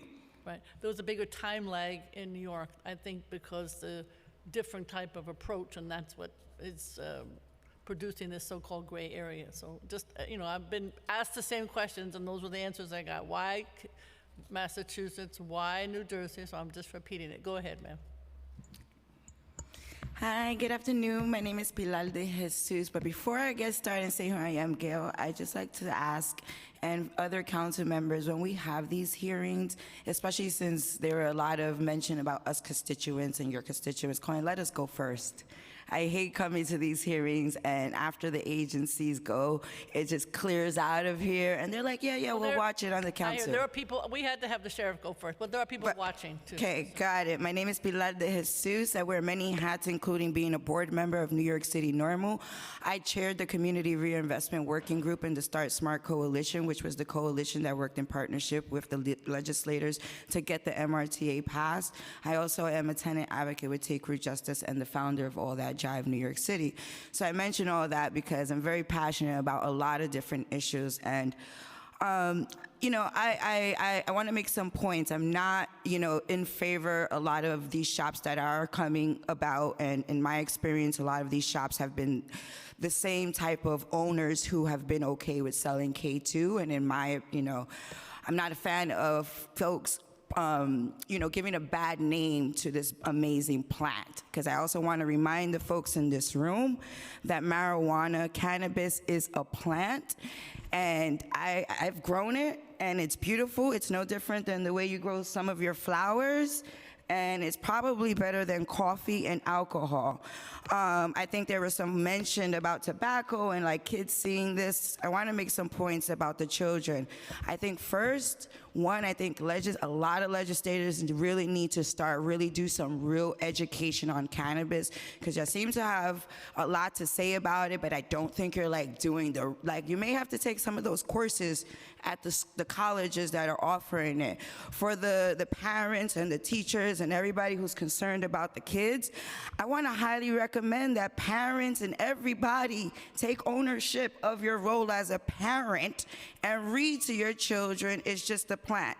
It is a great children's story that does not encourage them to smoke it. It talks about it. We don't treat coffee like this. We don't treat aspirin like this. When we talk about aspirin, we talk to our kids about what it's for. And if we are seeing more kids medicating themselves, because that's what's happening. Kids are medicating themselves because, unfortunately, the legislators have not been paying attention, like canceling the rent. Now we have a housing pandemic that we're not talking about, and that's causing a lot of instability in homes, which maybe marijuana makes it easier for folks to deal with it. Food insecurity. Eggs are $9, so maybe that's why some of these shops decided to open, because rent and food insecurity is real. And there's a lot. And I also have a lot to say, but there is so much about enforcement and the health I like to understand, what are we doing about the health of the NYCHA residents? Landlords like NYCHA have been causing violent harm, and we're not creating task force like this to go after them. Those same landlords that you're speaking of giving shops are also the same landlords that are harming the tenants and been collecting rent and now facing eviction. So I'm going to end with this. I want to remind folks, education. Let's stop this narrative like cannabis, marijuana is adding more robberies. The robberies are coming because you keep displacing people, and there's nowhere to go. Ma'am, thank you very much. We can have a long conversation about housing. Thank you very much. Yes, but it's all interacted because the prohibition of cannabis is what led to these the problems we have. Thank you very much. Thank you. Calling up our next panel now, which will include Esther Lelivre, Floyd Jarvis, Savannah Miles, and Ali Ryan. Please come up to the table now.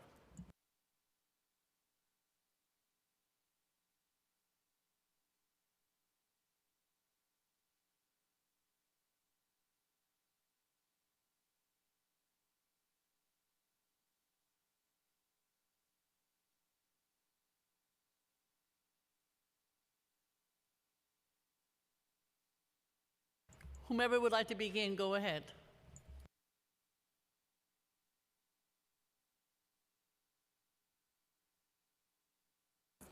Hello? Oh, hi.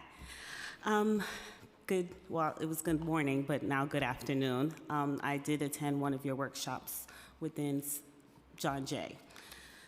My name is Esther Liliev. I am the CEO of Queen Mixie Media, Mixie Blossoms, and the co-founder of Cultivated Community Foundation.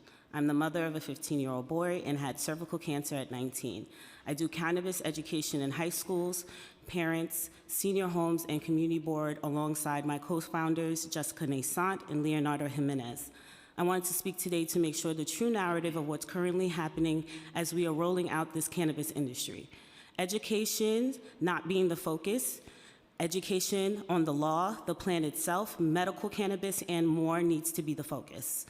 We have been able to work in the district leaders with Senator James Sanders Jr., Assemblymember Anderson, New York State Representative Kimberly Pierre, Assemblymember Latrice Walker, Assemblymember Stephanie Zimmerman, Assemblymember Kimberly Pierre, Councilmember Farrah Lewis, and Senator Prasad with the efforts to provide accurate cannabis information and education to the community and its industry rolling out. Yesterday, we had our education workshop with Community Board 10 in Manhattan with their Education and Library Committee, which had a lot of district principals, school leaders, parents, CEC members, and the school superintendent. We also did a workshop in Community Board 8 in Brooklyn, 50 religious leaders workshops in Brooklyn, NYCHA Brooklyn presidents in District 48, and on Halloween, we did a pop-up addressing the fake candy at Miss Abby's Halloween parade in Bronx, New York. We started with a class of 9th graders in May of 2021. So here are some takeaways from talking and listening to actual students in the community. There's a lot of confusion and people are still unaware of the laws surrounding cannabis. There's an emotional impact and harm from the war on drugs, which still affects students and neighborhoods. We quickly realized that not only education on cannabis was lacking, but social services were going to be needed as the cannabis industry rolls out. So we started expanding our work on the effort with Kari Edwards, the CRC of Air Wellness. Most of these students are getting fake and synthetic cannabis along with vapes, e-cigarettes. Fake cannabis can be referred to as K2, spice, and fake weed. The fake weed is incense or potpourri or manipulated hemp sprayed with harsh chemicals, roach sprays, pesticides to give an illusion of a high like it's real cannabis. Can you start to wrap up? Yes. So just to cut to the chase. Okay, yeah. So just to cut to the chase, and I'll just go back to that, I ask you support the card licenses and social equity applicants to come and hold accountability so diversity happens across the entire supply chain, as we are currently experiencing and it's not happening. We do not want a whole bunch of lawsuits creating and controlling the entire supply chain in the industry, and we do not want to see what other states have failed and had the opportunity to do right. I urge you, and not a lot of people who decide this opportunity, to jump in front of the line, and from those who have been arrested, families who have been affected, and taken away the support from the pathways from the legal cannabis industry. I have provided one of our principals' letters from the first school of our workshop and our information, and we need to make sure that we are also speaking to DOE, the chancellors, the union, for the teachers to get the education out into our community in a more effective way. Thank you very much. Hello, my name is Savannah Miles. I am a community organizer, first and foremost a youth organizer. I was also one of those avid weed smokers in high school, to the gentleman on the last panel. When we use war on drugs rhetoric, we also have to recognize what those weed smokers look like now. The weed smokers of my generation, like myself, are college graduates, are attending law schools and doctorate schools all over the country, so we must also recognize that rhetoric has to be left behind because it's not reflective of our youth. Which brings me to my first contention, the youth itself. I think that more often than not, there are too many people in this room especially speaking for the youth, but not speaking directly to the youth. I think it's important to center youth voices and youth advocates, not only those in youth organizations, but those in the community as well, because more often than not, we are not being heard from. And we have voices and we also have rights and can advocate for ourselves as well. But through times like this, many of us may be in school. I also think that providing pathways for youth and alternatives to education, instead of fear-mongering and using the youth as the center of fear-mongering could also be beneficial. The cultivation of marijuana is very similar to the cultivation of regular plants, tomatoes and things of that nature. While it may be illegal now for our youth to touch plants, there are also other ways in which we can positively influence them as alternatives to smoking the plant, like cultivation. But there have to be pathways provided in order to do this. In conversations around testing and fentanyl, no one is educating the youth on how to test around fentanyl. So how can they know to do something they've never been educated on? I think that more often than not, the government is relying on community organizations to provide this sense of education and is not providing it themselves. With that being said, big shout out to the community organizations who have been doing that work and providing that education, like Take Root Justice, the Bronx Community Foundation, the Bronx Defenders, and Bronx Cannabis Hub. My next point is about the Bronx specifically and geographical trauma. Trauma is not only the trauma that is in people's minds, but it's also the trauma in the social and environmental structures around us. As one of the most disproportionately impacted communities from marijuana on the war on drugs, how are we ensuring that the war on drugs is more than just a talking point, but an active act of healing and pulling back the layers of our streets to see where that healing is necessary before we are enforcing? I think that enforcement actually started before the application process opened. There was lots of talk from the sheriff, and I'll start to wrap up, about enforcement happening in the summer, but the applications for marijuana did not open to the fall. And on that same note, I think that we need to talk about the way in which legacy growers are being cut out of licensing as well, and the way that those the most impacted are also cut out, because the process, quite honestly, is not equitable. A $2,000 application in the poorest congressional district, being the Bronx, is quite literally unaffordable. And if not for organizations like the Bronx Cannabis Hub, many of the applicants may not have even been able to stand to apply, and many could not even apply because of this $2,000 application. It literally costs less to receive a fine for selling marijuana than it does to actually get a license to obtain marijuana. So when we talk about equitability, that is what we need to address. And I'll leave you guys with this part on the law. The distinction between breaking the law and breaking a law that was intentionally designed through the war on drugs to break us is something that we need to spend more time thinking about. The law was literally designed to harm us, so why would we not continue to break the law if it's not continuing to adhere and adapt to be equitable to the processes and equitable to the people who have been most closely impacted? It has not even been equitable to the card applicants in themselves.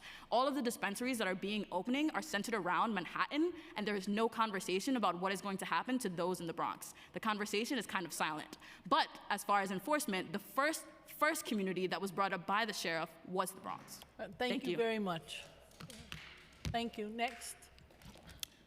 Good day, Council. I should have went before her because I can't top that. So my name is Floyd Jarvis. I'm the Executive Director and Lead Strategist of Ganja War Veterans for Equity. I was part of the Start Smart New York Coalition, helped to pass the MRTA, and I was also on that community reinvestment panel with Pilar. What has happened to illicit cannabis in the city of New York is something rather peculiar. Persons that were not selling cannabis prior to March 31st, 2021 are persons that are now selling cannabis in essentially wholesale in New York City. The black market gray area has become convoluted. The persons that the social equity was created for will not be able to stand up to these brick and mortar stores that already had instant access to capital and already had brick and mortar stores on April 1st of 2021. So you close one shop one day, you set up shop another day. And that has created enmity within these communities. It's looked at as predatory because many of these persons are not selling to their own communities and their own children. As one gentleman mentioned, I didn't agree with everything he said, but it is haram, and you can quote me on that. So what I'm asking for is more funding for Cannabis NYC, more funding for CUNY schools like Lehman and BMCC, that they're tasked with leading legacy market operators, original legacy market operators, true legacy market operators from the gray market into the new legal market. Cannabis NYC is understaffed. Also, OCM is understaffed. To the state, OCM needs more money. And they also need to let us know where's this $200 million seed money. So, yeah, that's it. Thank you very much. You gotta push the button. Thank you. So it's hard for me to follow up on that one. My name is Allie Ryan, and my family lives in Council District 2. And I want to thank Councilmember Brewer and other council members and committees for hosting this meeting today. I have I got involved in this because a smoke shop opened across the street from my daughter's middle school in the fall. And they were actually preparing to open the shop up covertly. And by that, I mean like at 9 o'clock at night with the grates down, they're working inside. And so I've consciously made an effort to educate myself. And for like the Office of Cannabis Management, I've attended their meetings. They actually right now have their regulations, which is over 300 pages, open for public comment for everyone to view. I have the impression that their sole purpose is to help entrepreneurs become business owners in long term.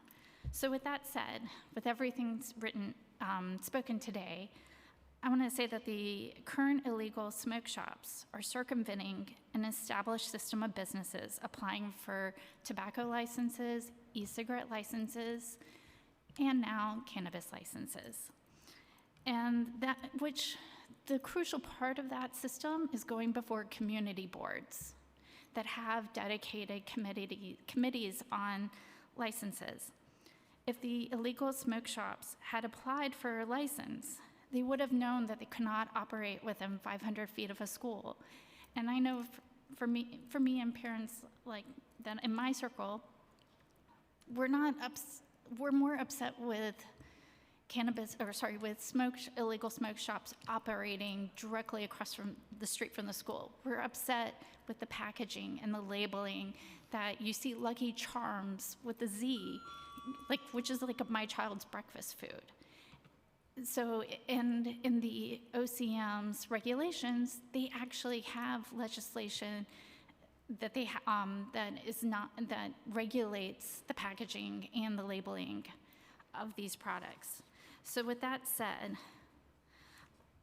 I want to hold the landlords and the brokers accountable for renting to illegal smoke shops. Right. I have to put my glasses. Try to wrap up if you can. Okay, so I would like to ask for City Council to create legislation to penalize landlords and brokers for renting to illegal smoke shops that do not have a tobacco license, an e-cigarette license, nor a cannabis license, and for renting to storefronts within 500 feet of schools, religious institutions, youth centers, and playgrounds, as is state law. Right. Thank you. Just one quick thing. I also want to share that in the process of trying to get the illegal smoke shop directly across the street from my daughter's school closed down, they got 5 violations in 1 month. So when you talk about, over 300 violations are going out over a short period of time, that's less than 40 illegal smoke shops. And if you have anywhere between 1,300 and 1,400 smoke shops, to me, just sitting here today, the enforcement That's why we're here. isn't working. We're very aware of that, and that's why we're here. Thank you all very much. Thank you. Thank you.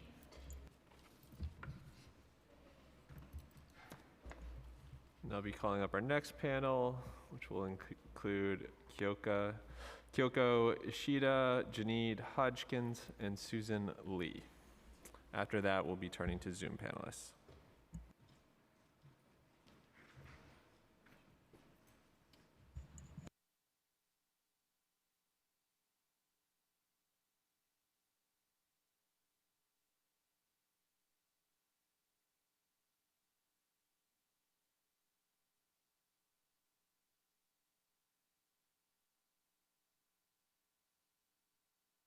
The button.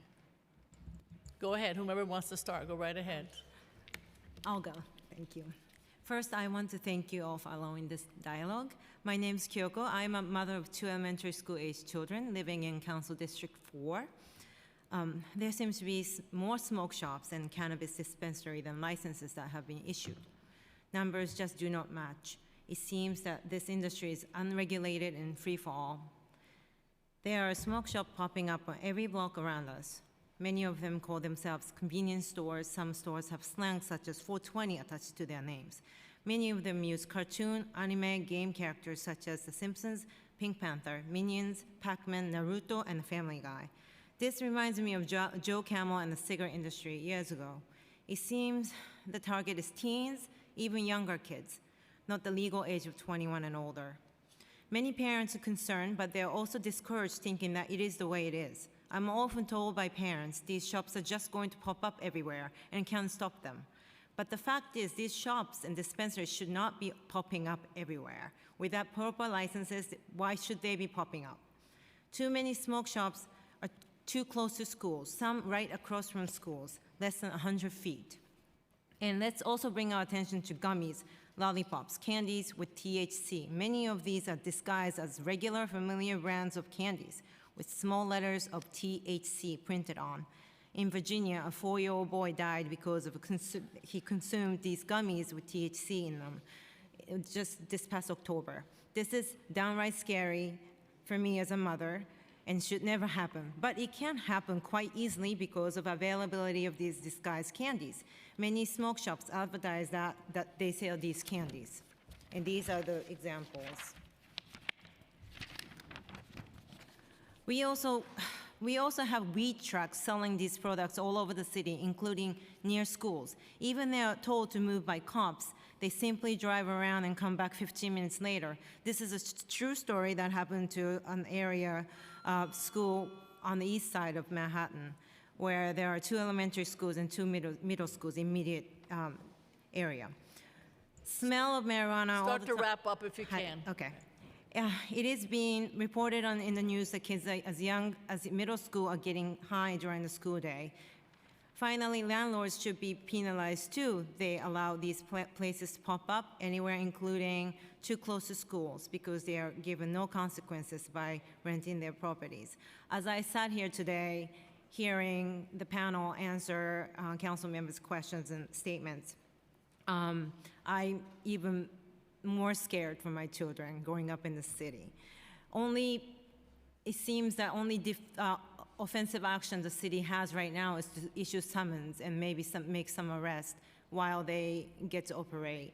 And the amount of money they make versus the amount of money they have to pay for their summons is not even a scratch. This scares me.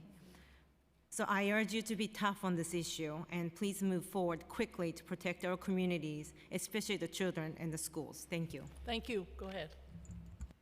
Good afternoon, Councilmember Brewer. It's good to see you, and thank you for staying for the committee hearing. My name is Susan Lee. I am the founding president of the Alliance for Community Preservation and Betterment. It is a civic engagement organization representing several hundred residents and businesses in and around Chinatown. I am a resident of Lower Manhattan, a constituent of Councilmember Christopher Marte in District 1. I want to applaud the young people that are here today, those who've used cannabis, who've smoked weed and are successful, and successful in life right now. But we can't overlook the young people that are being targeted right now. In January 2023, the American Academy of Pediatrics stated there was an increase of 1,375% in edible cannabis exposure among children under 6 years old between 2017 to 2021. The highest increase was between 2019 to 2022. These edible gummies are sold in colorful packaging that can be mistaken for gummy candies. In Exhibit 1 that I've included, you will see the packaging of Trolley Sour Brits, where you have the same brand, the name of the gummy, and at the lower corner, it says I've been in a 90 lot of calories. smoke shops. Right, and those are the ones that are sold at Target for $1.99. However, the ones that are sold at the cannabis shops, it's the same packaging. The only difference is in the lower right corner, it has the THC content, which is 600 milligrams. I've noticed that there is the proliferation of smoke shops popping up in neighborhoods recently. In my walk yesterday, I've seen 13 illegal smoke shops, and I Google mapped them. 11 of them are open within 1,000 feet of educational facilities. I will wrap up soon in 2 seconds. Since October, 4 of the 13 have been held up, robbed, and shot at, and those are the only ones that are reported in mainstream media. There are those that probably haven't been reported. I thank Councilmember Brewer for chairing this hearing, and I hope that the City Council will do something about these illegal smoke shops, and it's damaging to our kids and our community. Thank you very much. Good afternoon. Thank you for having me here. Push the button, yeah. Good afternoon. Thank you.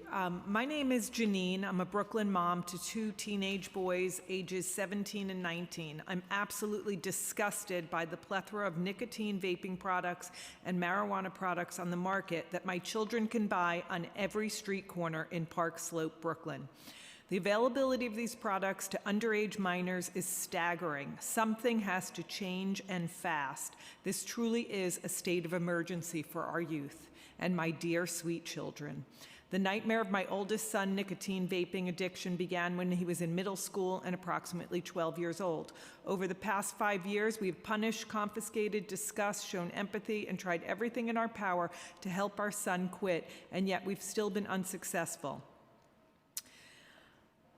He has told us that he wants to quit on more than one occasion. He and his friends have attempted to quit collectively. This is nicotine vaping, by making a pact to each other, and yet nothing has lasted. He's tried using quitting apps to no avail. I believe the nicotine addiction is stronger than him at this point. Now that my son is home for winter break from his second year of college, I've noticed his appetite is diminished. He's rarely hungry and has a difficult time going to sleep at night. He loves spending time alone in his bedroom and gets angry quickly. He's consuming so much nicotine, it seized his appetite, and is making him so wired he can't sleep at night. It's a horrible, vicious cycle. My younger son is 17 years old and a junior in high school. He thankfully has never touched vaping products. However, he's recently begun smoking marijuana, eating edible flavored THC gummies. He chews them like they are candy in his bedroom while playing video games, having his own little party after school. He and his peers have easy access to marijuana products at any given day or night. We have countless conversations with both of our sons on the negative health impacts of marijuana and nicotine, and it's like we're talking right through them. Our youth, my son included, are oblivious to the dangers of nicotine and marijuana on the teenage brain. They're being brainwashed that these products are benign for them to use, and they continue smoking and eating gummies. My greatest horror is that these nicotine products and illicit drugs are being sold at every bodega in our neighborhood. There are smoke shops on every street corner. My children walk 1 block and have easy access to purchase them. Can you wrap up? Thank you. It's time to stop this destructive force at its roots. You're killing our youth, one vape at a time. Thank you all very much. Very powerful.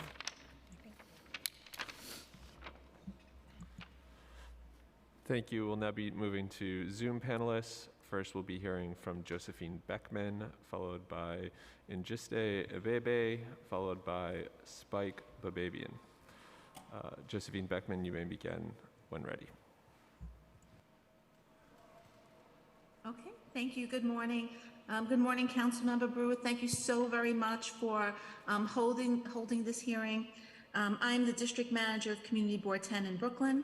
I'm honored to be here today to share with members of this committee that the proliferation of smoke shops in Community District 10 in recent months has generated daily calls from residents, parents, business owners, and visitors deeply concerned about the inability of local government to enforce and discontinue unlicensed businesses engaged in the sale of cannabis and tobacco products. In Community District 10, we did submit a list to our 68th Precinct, OCM, and DCWP, which contained 23 locations of suspected unlicensed smoke shops. There was a lot of testimony here today. What has been frustrating for many in our community is that when New York State did pass MRTA, there were assurances that there would be regulation, and that really has not seemed to be realized. So many of our board members came together, met, and the board did adopt a resolution, which is part of our testimony that was submitted, really requesting that statutory changes are made at the state level here to tighten up these regulations. While the Office of Cannabis Management has visited locations with our districts, has had some raids, they continue to operate. There really seems to be no mechanism to swiftly shutter the bad actors and unlicensed operators. There's no consumer protections that can shield New York City residents from products being sold.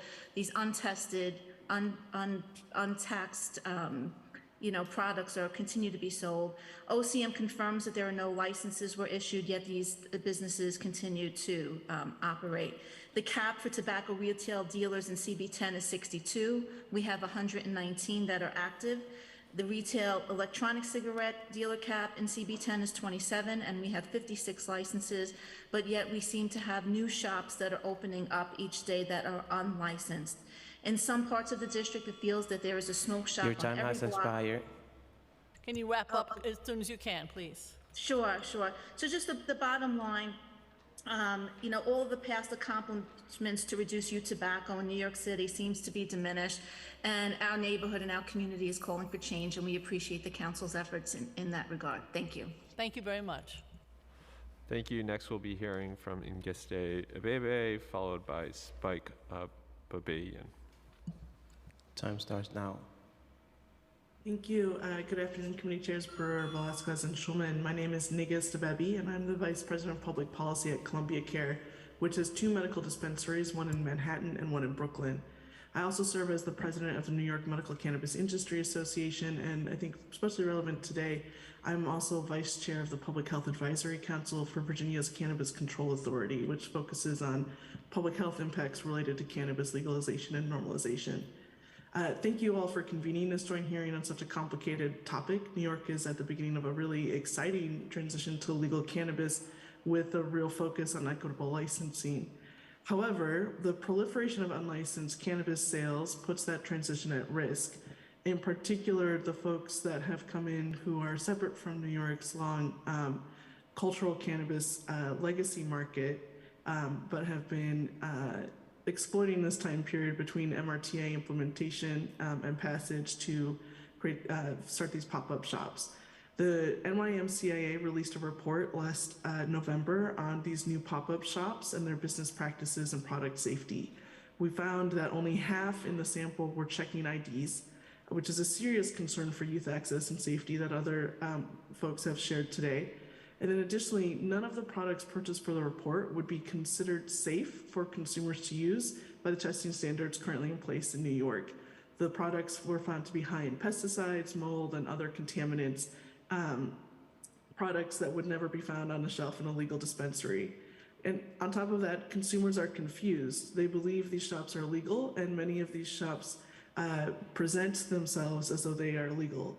And as a medical cannabis operator in the city, we have had patients who have come in and when facing issues due to downtime on the state's patient registration, have just said, fine, I'm just gonna go to one of the 5 shops that are visible from the front door of the medical dispensary. Your time expired. We support these proposals for civil enforcement and hope that the continued support for connecting operators with education to make a transition to legal market continues. However, this is no longer about cannabis prohibition, but about consumer safety and public health. And so as you continue to investigate this, we look forward to seeing more momentum towards ensuring that consumers know how to support the legal cannabis program and find safe, tested product. Thank you. Thank you very much. I know I've heard you speak a couple of times, and you're always fabulous. Thank you very much. Next, we'll be hearing from Spike Babayan, followed by DM Boyd, and then Jennifer Meltzer, and then Sean Campbell. Spike Babayan, you may begin when ready. Time starts now. Hi, how are you? My name is Spike Babayan. I am a business owner, small business. I opened the first vape shop. I appreciate the time of the committee and the enforcement actions that are at least able to be taken by the enforcement agencies that spoke earlier. They're doing the best job they can with the resources they have. I opened the first vape shop in New York City in 2011. In the last 12 or 13 years, we've helped tens of thousands of people quit smoking cigarettes. We sell only nicotine vapor products. A couple of years ago, when flavors were banned, we lost 2 of our shops. Obviously, there was not enough sales to pay the rent in all of the shops. So we condensed our customer base into only 2 locations instead of 4. And we continue to do the best we can to serve the people that we have who are willing to vape products that are not flavored. Unfortunately, there are plenty of illegal vape shops and smoke shops selling flavored vapes. They are continuing to sell them. This is the same situation that you're currently in, is that you have unlicensed people selling illegal cannabis products. We've been dealing with this for a couple of years now, and they've put all of the good businesses that are licensed, that are paying taxes, that are paying payroll tax, that are paying vapor tax, that are paying sales tax out of business. So we lost 2 of our shops, but you have people in bodegas selling products under the counter for cash without paying any sales tax, without checking identification to minors. And when we tell the enforcers who are coming into our shop and doing inspections on our shops, you know, there's 5 places on this block all selling flavored vapes. Can you go in? They said, no, we can't, because they don't have a license. And we're only authorized to check people who have a license. So now you have cannabis shops who have no license, so they can't lose their license. They can't, you know, they can be penalized, but if they don't pay it, oh well, you know, they're not losing anything. They're not losing their license. So they're not going to get licenses. One of the shops that I closed was reopened by another person who opened a smoke shop in that location. And when I said to them, would you like to buy the license? Thank you, I'm finishing up. I said, would you like to buy the license? He said, why would I do that? Then they could just come here and find me and take away my license. So I don't want them to know that I'm here. And so you capped the number of licenses, you made sure that we can't move our location, and now nobody wants a license, so we can't even sell the licenses as we're going out of business. So you have to do a better job. I sent in testimony with enforcement ideas, and I'm hoping that something will happen to shutter these shops before they put the legal cannabis businesses out of business. Thank you so much for your time. Thank you very much. Next, we'll hear from DM Boyd, followed by Jennifer Meltzer, and then Sean Campbell. If there's anyone else on the Zoom whose name hasn't been called and hasn't had the chance to testify, please use the Zoom raise hand function, and we'll call on you at the end. DM Boyd, you may begin when ready. Thank you, Councilmember Brewer, for holding this hearing, and to all the people that spoke.